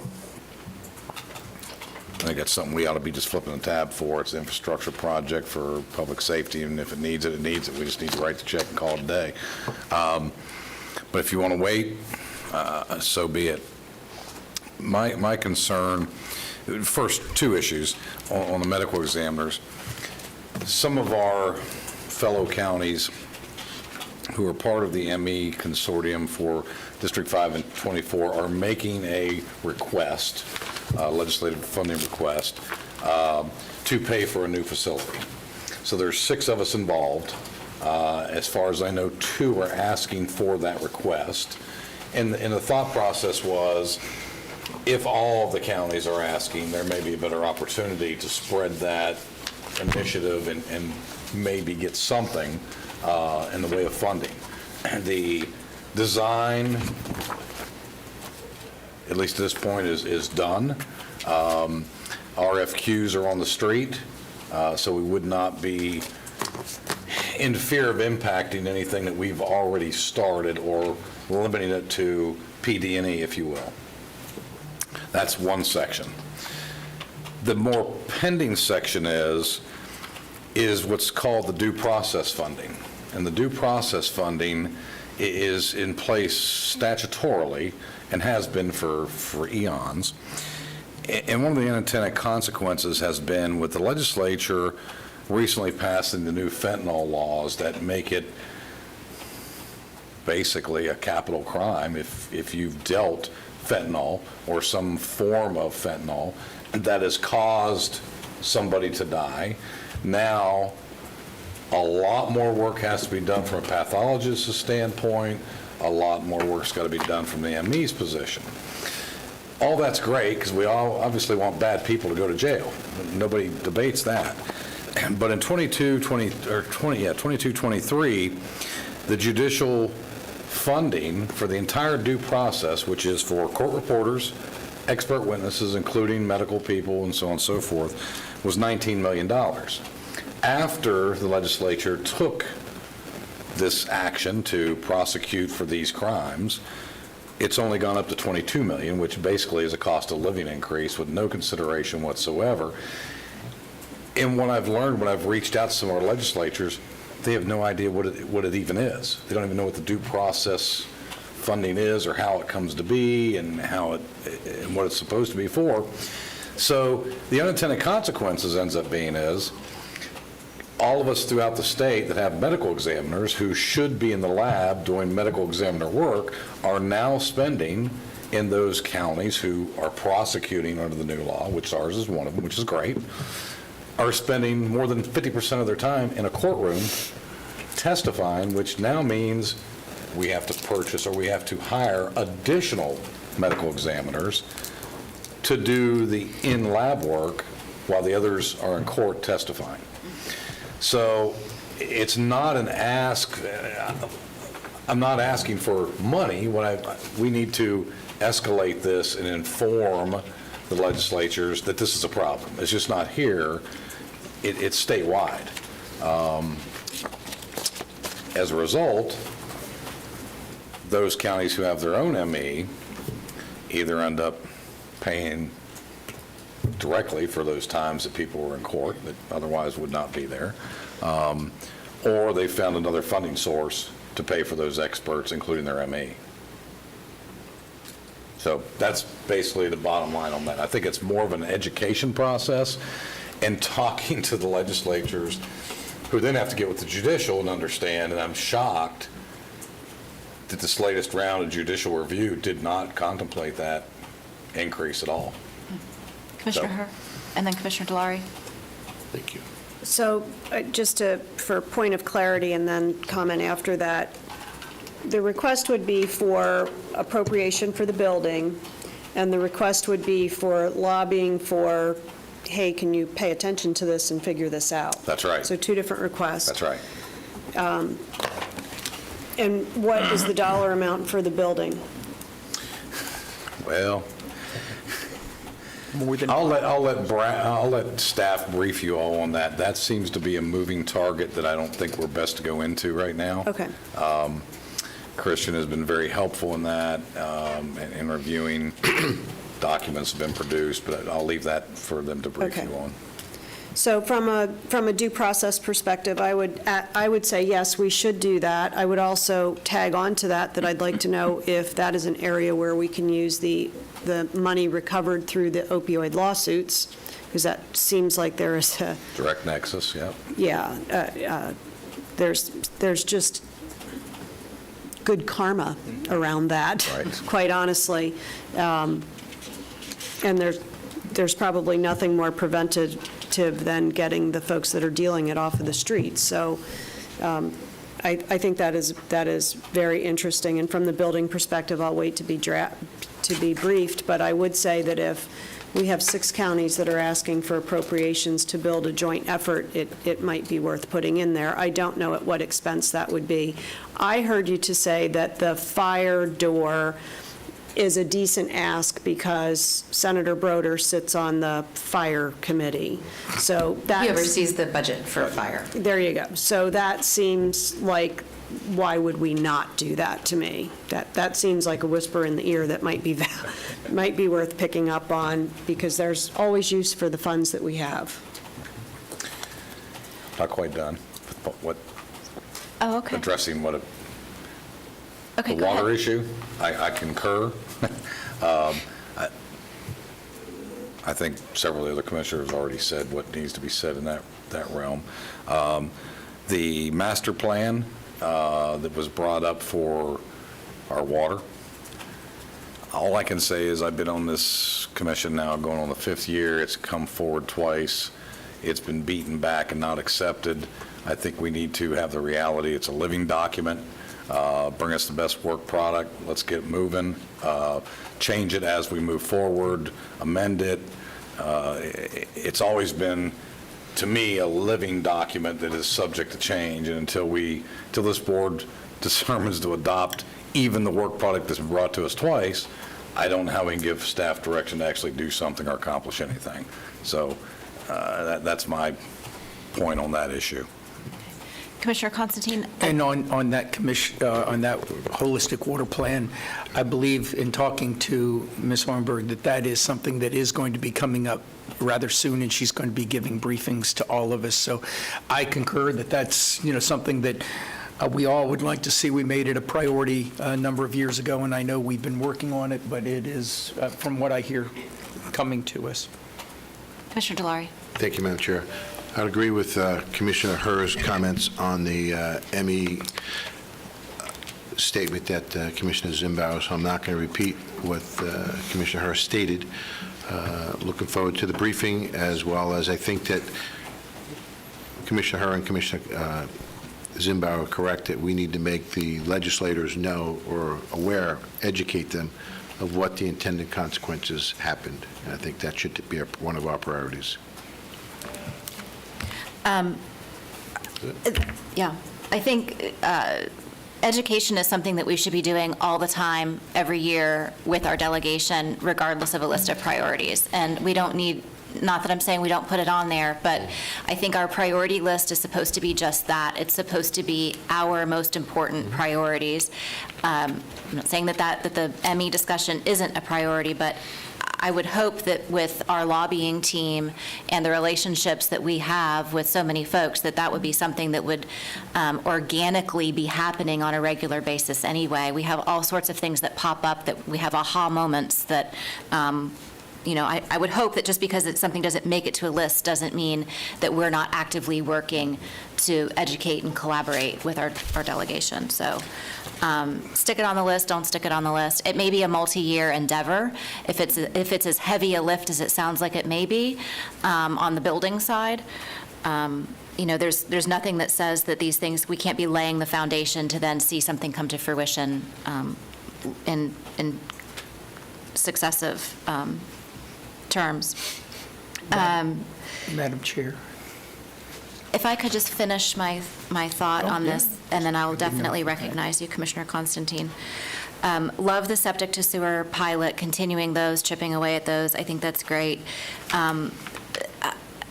The mobile libraries, if that's something that we feel like we can spread the wealth around the county to some other areas, maybe that's the thought process there. With the library, and I saw Christine Patton was here. I didn't know if she was here to talk about this, but I'd love to see that as a part of what our holistic plan is going to be. I know we had that presentation, but would love to get an update on that.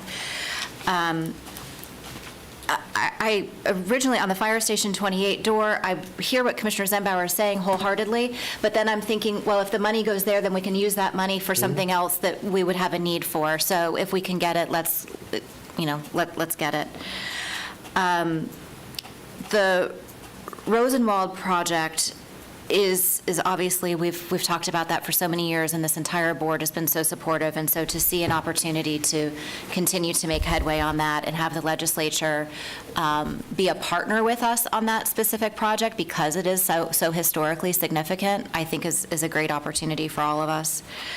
As far as community buildings in other neighborhoods, other parts of the county, I would like to see the county manager and his team, maybe as a part of the Leisure Services Department, come back to us with what are our needs for community buildings around the county. We know that the cities have them.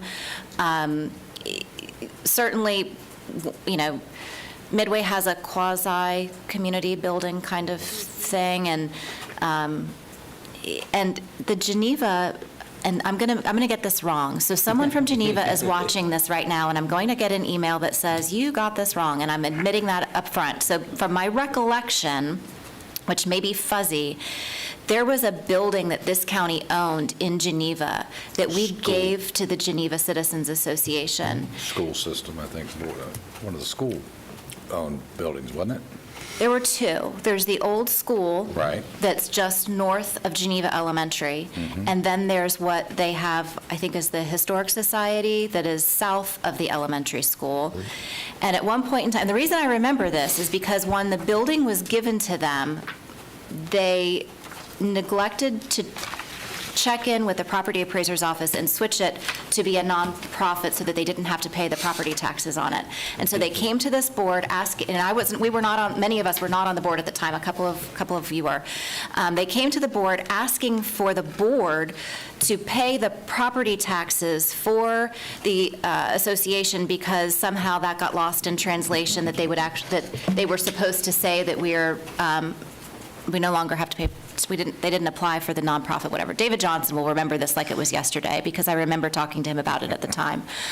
There may be opportunities in that Geneva community for buildings that are existing for the community to utilize already, and if there's partnership opportunities, maybe that would be something to look at.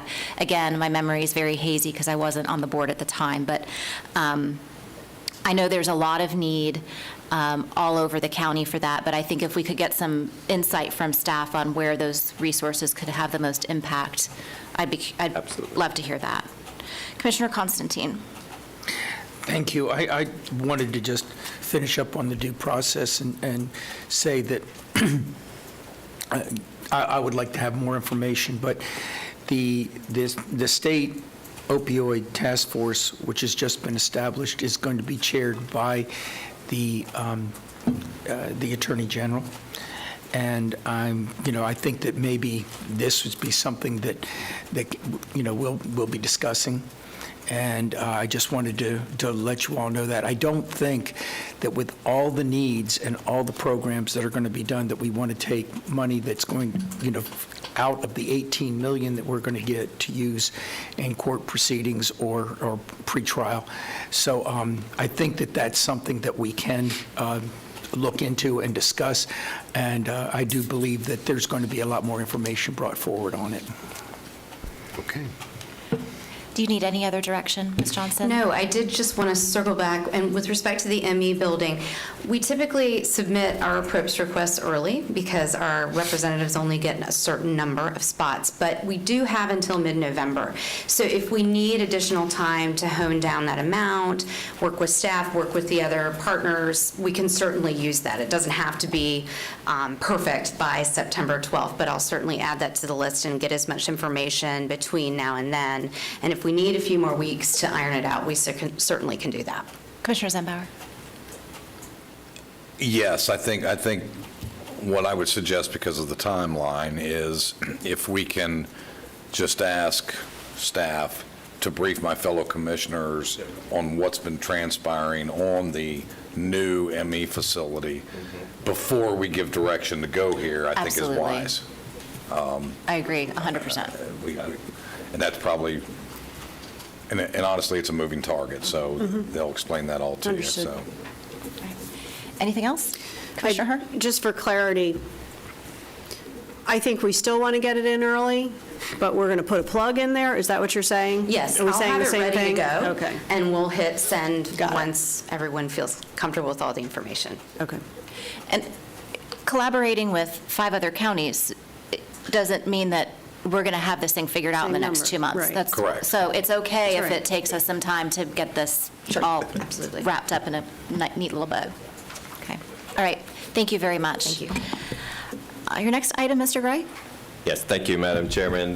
Next item, I'm going to have Mr. Judge, our Public Works Director, come up just to brief the board on DOT's road classification changes, and this actually will go to the MPO, or I should say MPO, the Metro Plan, and for approval. So I'll just have him give an update and then hear from the board. Thank you. For the record, good morning. For the record, John Judge, Public Works Director, County Engineer.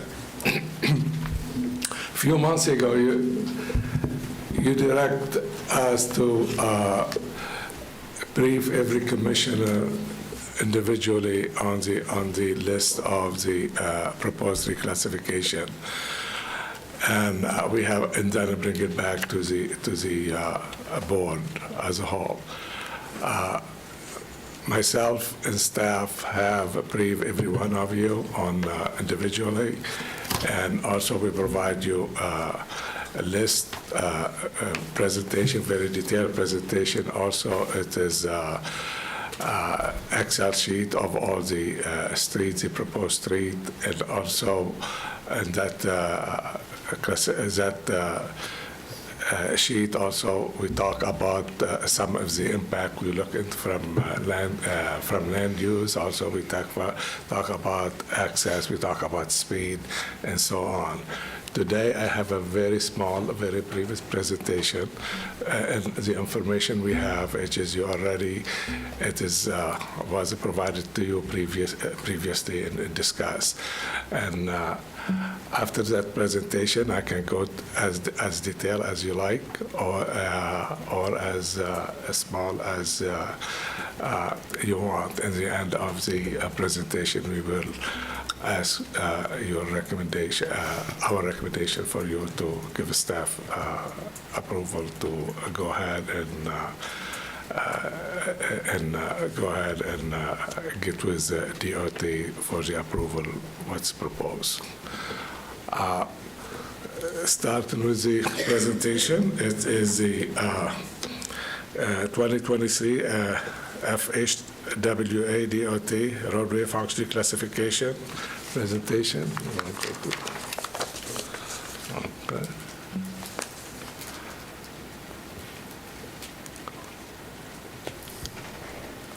Okay. The background and the history. The federal aid highway system is legislative requirement dating back to 1973. Federal functional classification is required by FHWA every 10 years. And it is used to evaluate federal, state, and local highway.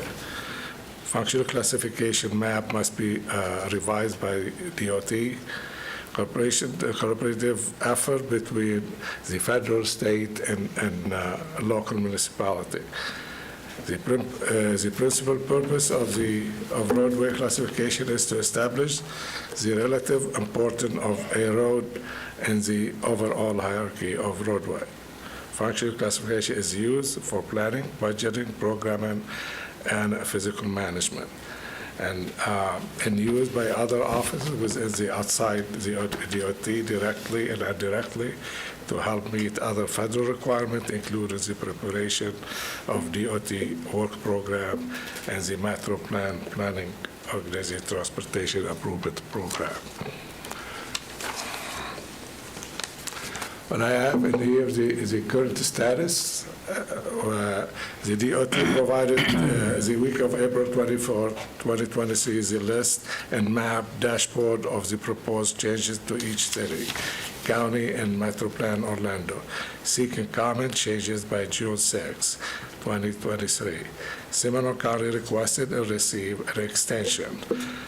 After the review by each agency and comment made, the FDOT met with the MPO, Technical Advisory Committee, TAC, to provide a status of review process on May 19. The MPO board was briefed regarding FC process and map and anticipated of July 14, 2023 approval.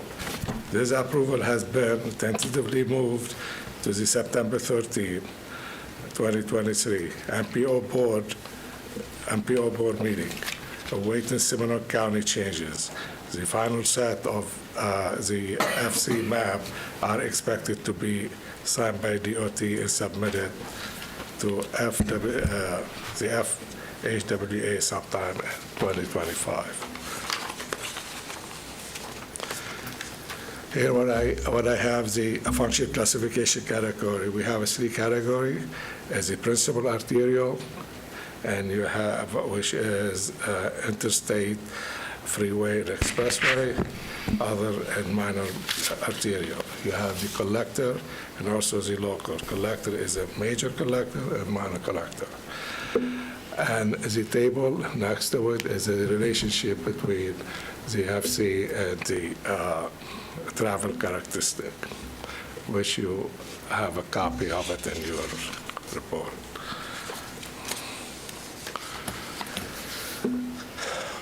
What type of changes are proposed? We have 18 The number 19 local, it should be 18. They were mistaken, Conan. We have 18 local road segment maintained by Seminole County are proposed to change to a higher function classification. 12 from local to minor collector, 5 from local to major collector, and 1 from local to minor arterial. Also, there are 4 county maintained road are proposed to change to a lower classification. 1 minor collector to local, 1 major collector to local, and 2 minor arterial to majors. Recommendation, the next step, staff requests the board to approve the 2023 proposed functional classification update. Seminole County provide comment/changes to FDOT. MPO board approve list and the map, and the final set of FC map are expected to be signed by FDOT, submitted to FHWA sometime in 2025. I'll answer any question you have. Commissioners, okay, great. Commissioner Zembauer and then Commissioner Delary. Just for the record, in your earlier slide, when you made reference Seminole County's changes and comments back to FDOT, can you tell us what changes Seminole County sent back to FDOT, if any? We have not sent any changes yet. We were supposed to be changed. Then we're waiting until you give us the direction. The changes, if you requested us to make changes different than what the proposed list, that's what the changes will be. Otherwise, we will do the proposed list, we'll put it in the system as approved by Seminole County. And so I think there's a little more clarity needs to be happening on that. So are you saying Seminole County has requested changes to FDOT's initial proposal? No. Okay, that's what I wanted to make sure. That's what I was looking for. No. Secondary to that, so have we advised the 7 cities that, at least at this juncture, and we're still discussing this, that the county is desiring no changes to the FDOT reclassification? It is, the city has a member, every city has a member on the TAC, on the metro plan, and they are aware of it. No, understood. That's really just slightly different question I have. No, we have not. Yeah, I'm trying to determine, if we're not making changes, and we advise the 7 cities, we're not making any changes, we're going to agree with what FDOT has given us, and maybe one of the cities does have a desirous of a change of a road that intersects with one of our roads, we should be communicating. That's all I'm trying to get to is, are we having that communication across border between the cities and the county? We have not sent them direct information. As I said, those were discussed during the TAC meeting, and the city, none of the city has any comment or asked anything. Right, but you understand where I'm getting is, if there may be a comment if we're saying we're doing nothing. We have not. Okay, I just want to make sure. We did not contact the city and said. I just want to make sure we're communicating with everybody. As I have a member on the, as I said, I have a member in those discussions that were in the TAC meeting, at TAC committees. If I could, so to answer your question, probably is no, we have not. However, like Mr. Judge said, is that they have the information. Hopefully they've reviewed it as well. You know, we will ensure that we communicate with all 7 cities to ensure that we have their comments before we move forward. If you would like us to do this as well here before, whatever the recommendation is that we can send up, we can surely do that as well. And I appreciate that. Yeah. I'm okay. Yeah. I've been through this more than I really care to be at this point. But I'm okay with FDOT's recommendation. I'm not sure everybody understood what all that really meant, how that intertwined, and I think we've got everybody, I think, up to speed, but maybe not. But I wanted to make sure if there was a city I get it. that wanted something on their end, we were aware. If we were going to make some change, that the cities were aware. Okay. So we do that cross-border Yeah, if coordination. I That's may- all I was worried about. If I may clarify that during the discussion with the committee, the TAC and TISMO, was discussed if any agency has any question to the proposed list, which is everybody has copy of it. We did not have any comment on it, and the city did not have. So the city, those that were discussed as the TAC and the TISMO. Commissioner Delary, then Commissioner Herr. I think that was what I said. Did I say? Either way, I'm fine. I'm having short-term memory loss It's okay. this morning. My apologies. So all needs to be said anyway, doesn't matter the order for me. Okay. But thank you, Madam Chairman. John, thank you very much for this, very informative. The concern, and it's a lot of good information, I think a lot of the recommendations are spot on. There's one road in particular that I potentially have an issue with, and that is Eagle Circle. We're going from a local road to a minor collector road. That's part of the problem, because there's a lot of cut-through traffic in there, and we've already had, I believe, 2 fatalities over the past 2 years there. We've had several accidents there that I'm aware of, and I'd be remiss by not saying that I really believe it should stay as a local road. I know why they're trying to do a minor collector, but that's the problem. It is a minor collector, and it should be a local road. And by the chart that you showed us here is that a local road speed standards are different than a collector road. And I'd be afraid that as we move forward, that people will be trying to increase that speed on that road when it should be actually reduced. And I've been in many conversations with your department by asking for and inquiring about how to reduce the speed limit of a road, and their answer many times has been that, well, if you look at the road classification, it's a collector road, and we don't really want to reduce a collector road speed limit. And I'm really concerned about Eagle Circle. Commissioner, if I may ask, Commissioner, okay, that area, it is, we have, those classification is already, those roadways, they are functional as classification. And like I said, that's part of the problem. And that is today only for the list of the street, not overall. And also the plan, we're not recommending, and we have no plan to increase the speed. And if any plan in any road to increase the speed, it'll come to you as a board and has to have a study and so on.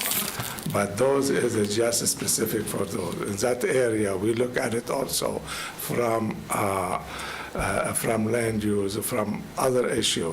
Really does not impact it. You still, at the skill to function the way it is, any improvement, whether it is a speed commerce, that going to minor collector will not impact it. You still can do that. And about a third of that road right now, it's at least a third of the road that has speed tables right now. They've had speed tables there for many, many years. Right. And I think that it should be left as a local road instead of a minor collector. That's my concern. Right. But as I said, I'm just- nothing we change. If that's the board's decision, Yeah, that- whatever the again- board direction. And if it's the board's direction, I'd like to have more information, because I really think it should stay as a local road. So could I just interject before we go to that, because I'm perplexed. Eagle Circle is the road that's surrounding the Deer Run Country Club that we just purchased, that we're making a community park. So if we're concerned about that road staying a local road, why are we putting a park there? Because there's going to get a lot more traffic. Okay, go ahead, Commissioner Herr.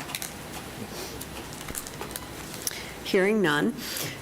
So I guess from my perspective, I just need to make sure I understand this. I think the cities have a seat on, and so I'm asking you as an old city manager, or a young city manager, as you may wish me to call you. Young and old. Yeah, so I think if the city has a person sitting in that room, it's incumbent upon the city to review the list and give us feedback. Yes. So from my perspective, I would be ready to move this forward. I hear you about the change, so I'm not ignoring that. But I would be ready to move this forward with the idea that they're notified of the action, because we cannot be in a role where we become the policing of activities for cities in these committees. That can't be our job. That is their job when they're in that room. So I definitely appreciate that we want them to be tipped off to it, but if they're sending representatives that aren't bringing this back to their organizations, I don't want to own that. Well, and I understand what you're saying, but first of all, let's put this in perspective. On MPO, not all the cities are always engaged in those meetings, number one. Number two, unless it's populated during one of those meetings, that the county is going to do or not do something, then how do they know? No, Commissioner, that what we discussed, that lesson here, every city has it, and we discuss it in those tag and dismal. If anybody has any question, whether the cities, whether the county, and any of the proposed, okay? The city, I have not, and I've been in those meetings, and also some other employee of the county. We have more than one of those meetings. None of these cities brought any concern. In the county, we did not bring any concern. We, as a staff, we don't have an issue with that list as a proposed. So they are aware where we stand for, and also and was they changes. The only thing is last time, because the board asked us, they want to discuss it. I informed the committees that we will be coming. We're discussing it with the board. We will be coming if any changes. Okay, good. But really, we did not have any issue from, and they did not have. None of them brought up that we have an issue, and pretty much every city. And I appreciate that, but understand, some of the cities are actually looking to guidance from us and reacting to what we're going to or not do, just so we're clear. And I think it's important to point out, and I don't know the process well enough to understand, but our offices did receive an email from Bruce Doig from Altamont on July 19th. Looks like it was copied, Commissioner Zembauer, to your office and my office. It was sent to Gary Hutman at MetroPlan, copied to various and sundry individuals with a letter of concern regarding the roadway classification. I will say, Mr. Drudge, I do not see you on this email.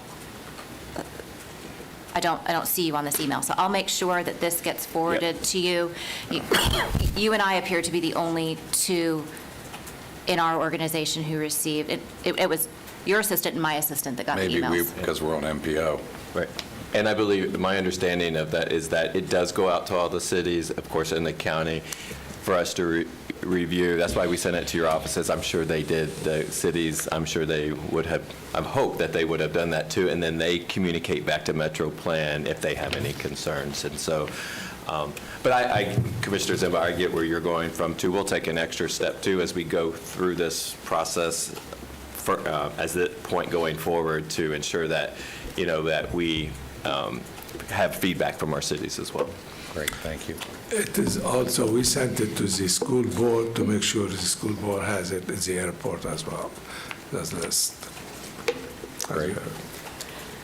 Commissioner Hart. I do want to go back to something that Chairman Delary and Mr. Dredge talked about, and that's with regard to the speed limits. I think the classification based on the condition of the road, how it impacts the rest of the community in terms of travel, they're probably spot on. I think where we struggle with this is that when we have a road that clearly needs a speed limit change, not up, but down, the answer that we get back, have historically gotten back, has been, can't do that because of the classification. FDOT won't let me. So if you're guaranteeing me that that conversation's not going to happen anymore, then I'm good with this, and I'll make the motion. And I will actually agree with you. Right. And I want that on the record, Right, Commissioner. because you said you're not moving any of them No, up, no, we're not moving any of them. which And- means and that I'm going to have roads that are titled the same thing, that these are titled with different speed limits on them.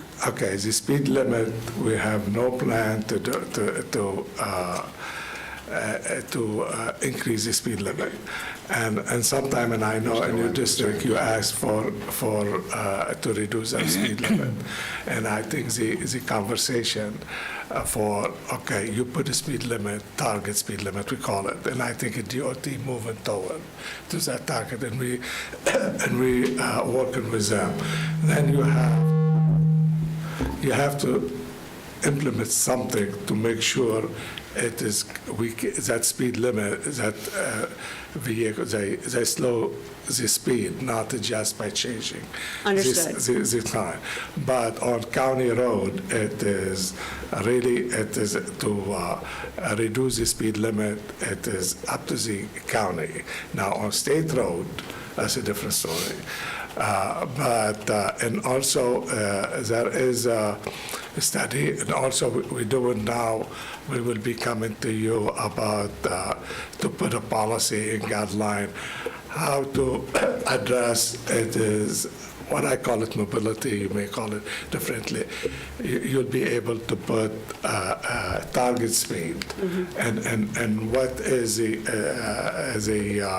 guideline, what is the step you take to make sure you accomplish that target speed you put. Now, we do have something like, for example, take rolling at North Street. You have also 434 DOT we're doing. Also, the Sanford, they did the Riverwalk. Yes, you can't change it, and I think it is our master plan also, and we start, as I repeated myself, we trying to put what I call it manual, how we target reduce speed and what we'll take, and moving forward. Probably that's what will be, and we'll come to you and here for. So just for clarification, if I may, so the road classification will not be involved in the policy of moving the speed limit up or down?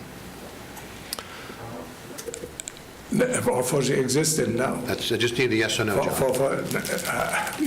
Yes, will not. Said yes. Will not. As long as you say yes, that's fine. Will not. If I may, Will Madam not. Chair.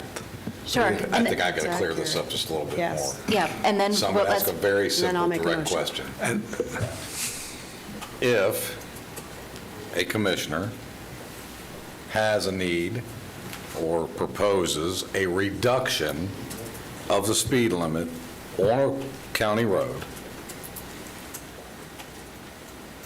are we able as a board to remove that down without your folks telling us, no, you cannot do that because it's classified as X? now, Commissioner, you can direct the staff to do that. But the staff. That's all I needed. I'm good. Yeah. Thank you. Perfect. But if I may call a little bit, to reduce the speed from one to the other, there is a study, there is a gap of 8 miles per hour. You know that detail will be classified. I understand. But I'm no fan of reducing Right. because it changes the timing of intersections Yeah. and You can circulation. ask the staff, you can direct the staff to do it, but we'll give you our recommendation. Understood. On what basis. But I will agree Right. with what's been said here, because I've had citizens in my district who've advocated reducing speed limits and have been told, hey, there's going to be a study and that's it, there's nothing you can do. Well, it's staff that do the instead, maybe- studies that give you the outcome as a recommendation. And I think that needs to be made clear. Staff's recommendation based on best case, best practice study is X. Right. You 5 fools up there do whatever you want. Yeah, you can override. Yes, staff. he says That's yes. what Well, they will say that. All right. Commissioner Herr would like to make a motion. I really would like us to just dispense with this specific topic if we can, if you have something to add related Well, on first, topic. yes, I do, if I could. Commissioner, I want to thank you for sending me this email. Your staff just sent this to me. I did not receive it. And since I just sent it. since these roads are in your district and my district, I just wanted to make sure, what actions have been taken from from the Altamont's request not to reclassify, and I have not heard anything about that yet, and that's what I was trying to get there. They have some clear objections to some of these reclassifications.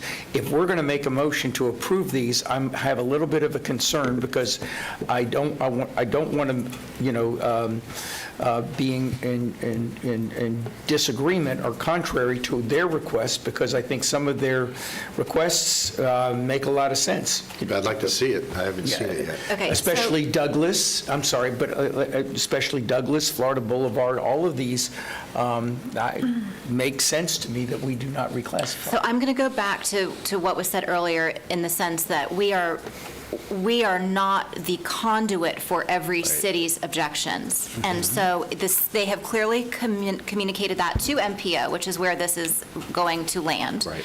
And so I think from the county's perspective, we need to address this from our perspective and let the city certainly make their arguments and concerns known through MPO, which is the way that that's set up to do. And then Commissioner Zembauer and I can certainly take that up at MPO with them. I hate to hold this up again from the county's perspective, and I don't know, I will take advice from you two on how Madam we should Chair. move forward with that. Madam Chair. Yes, Commissioner I would Zembauer. agree exactly. We're on a deadline at MPO.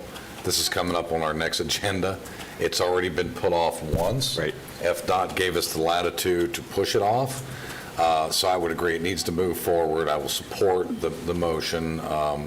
And I would only say, if we should call, staff can call the city of Altamont, understand what they're, and how that may or may not impact us, but holding up the train moving forward, I don't think is an option at this point.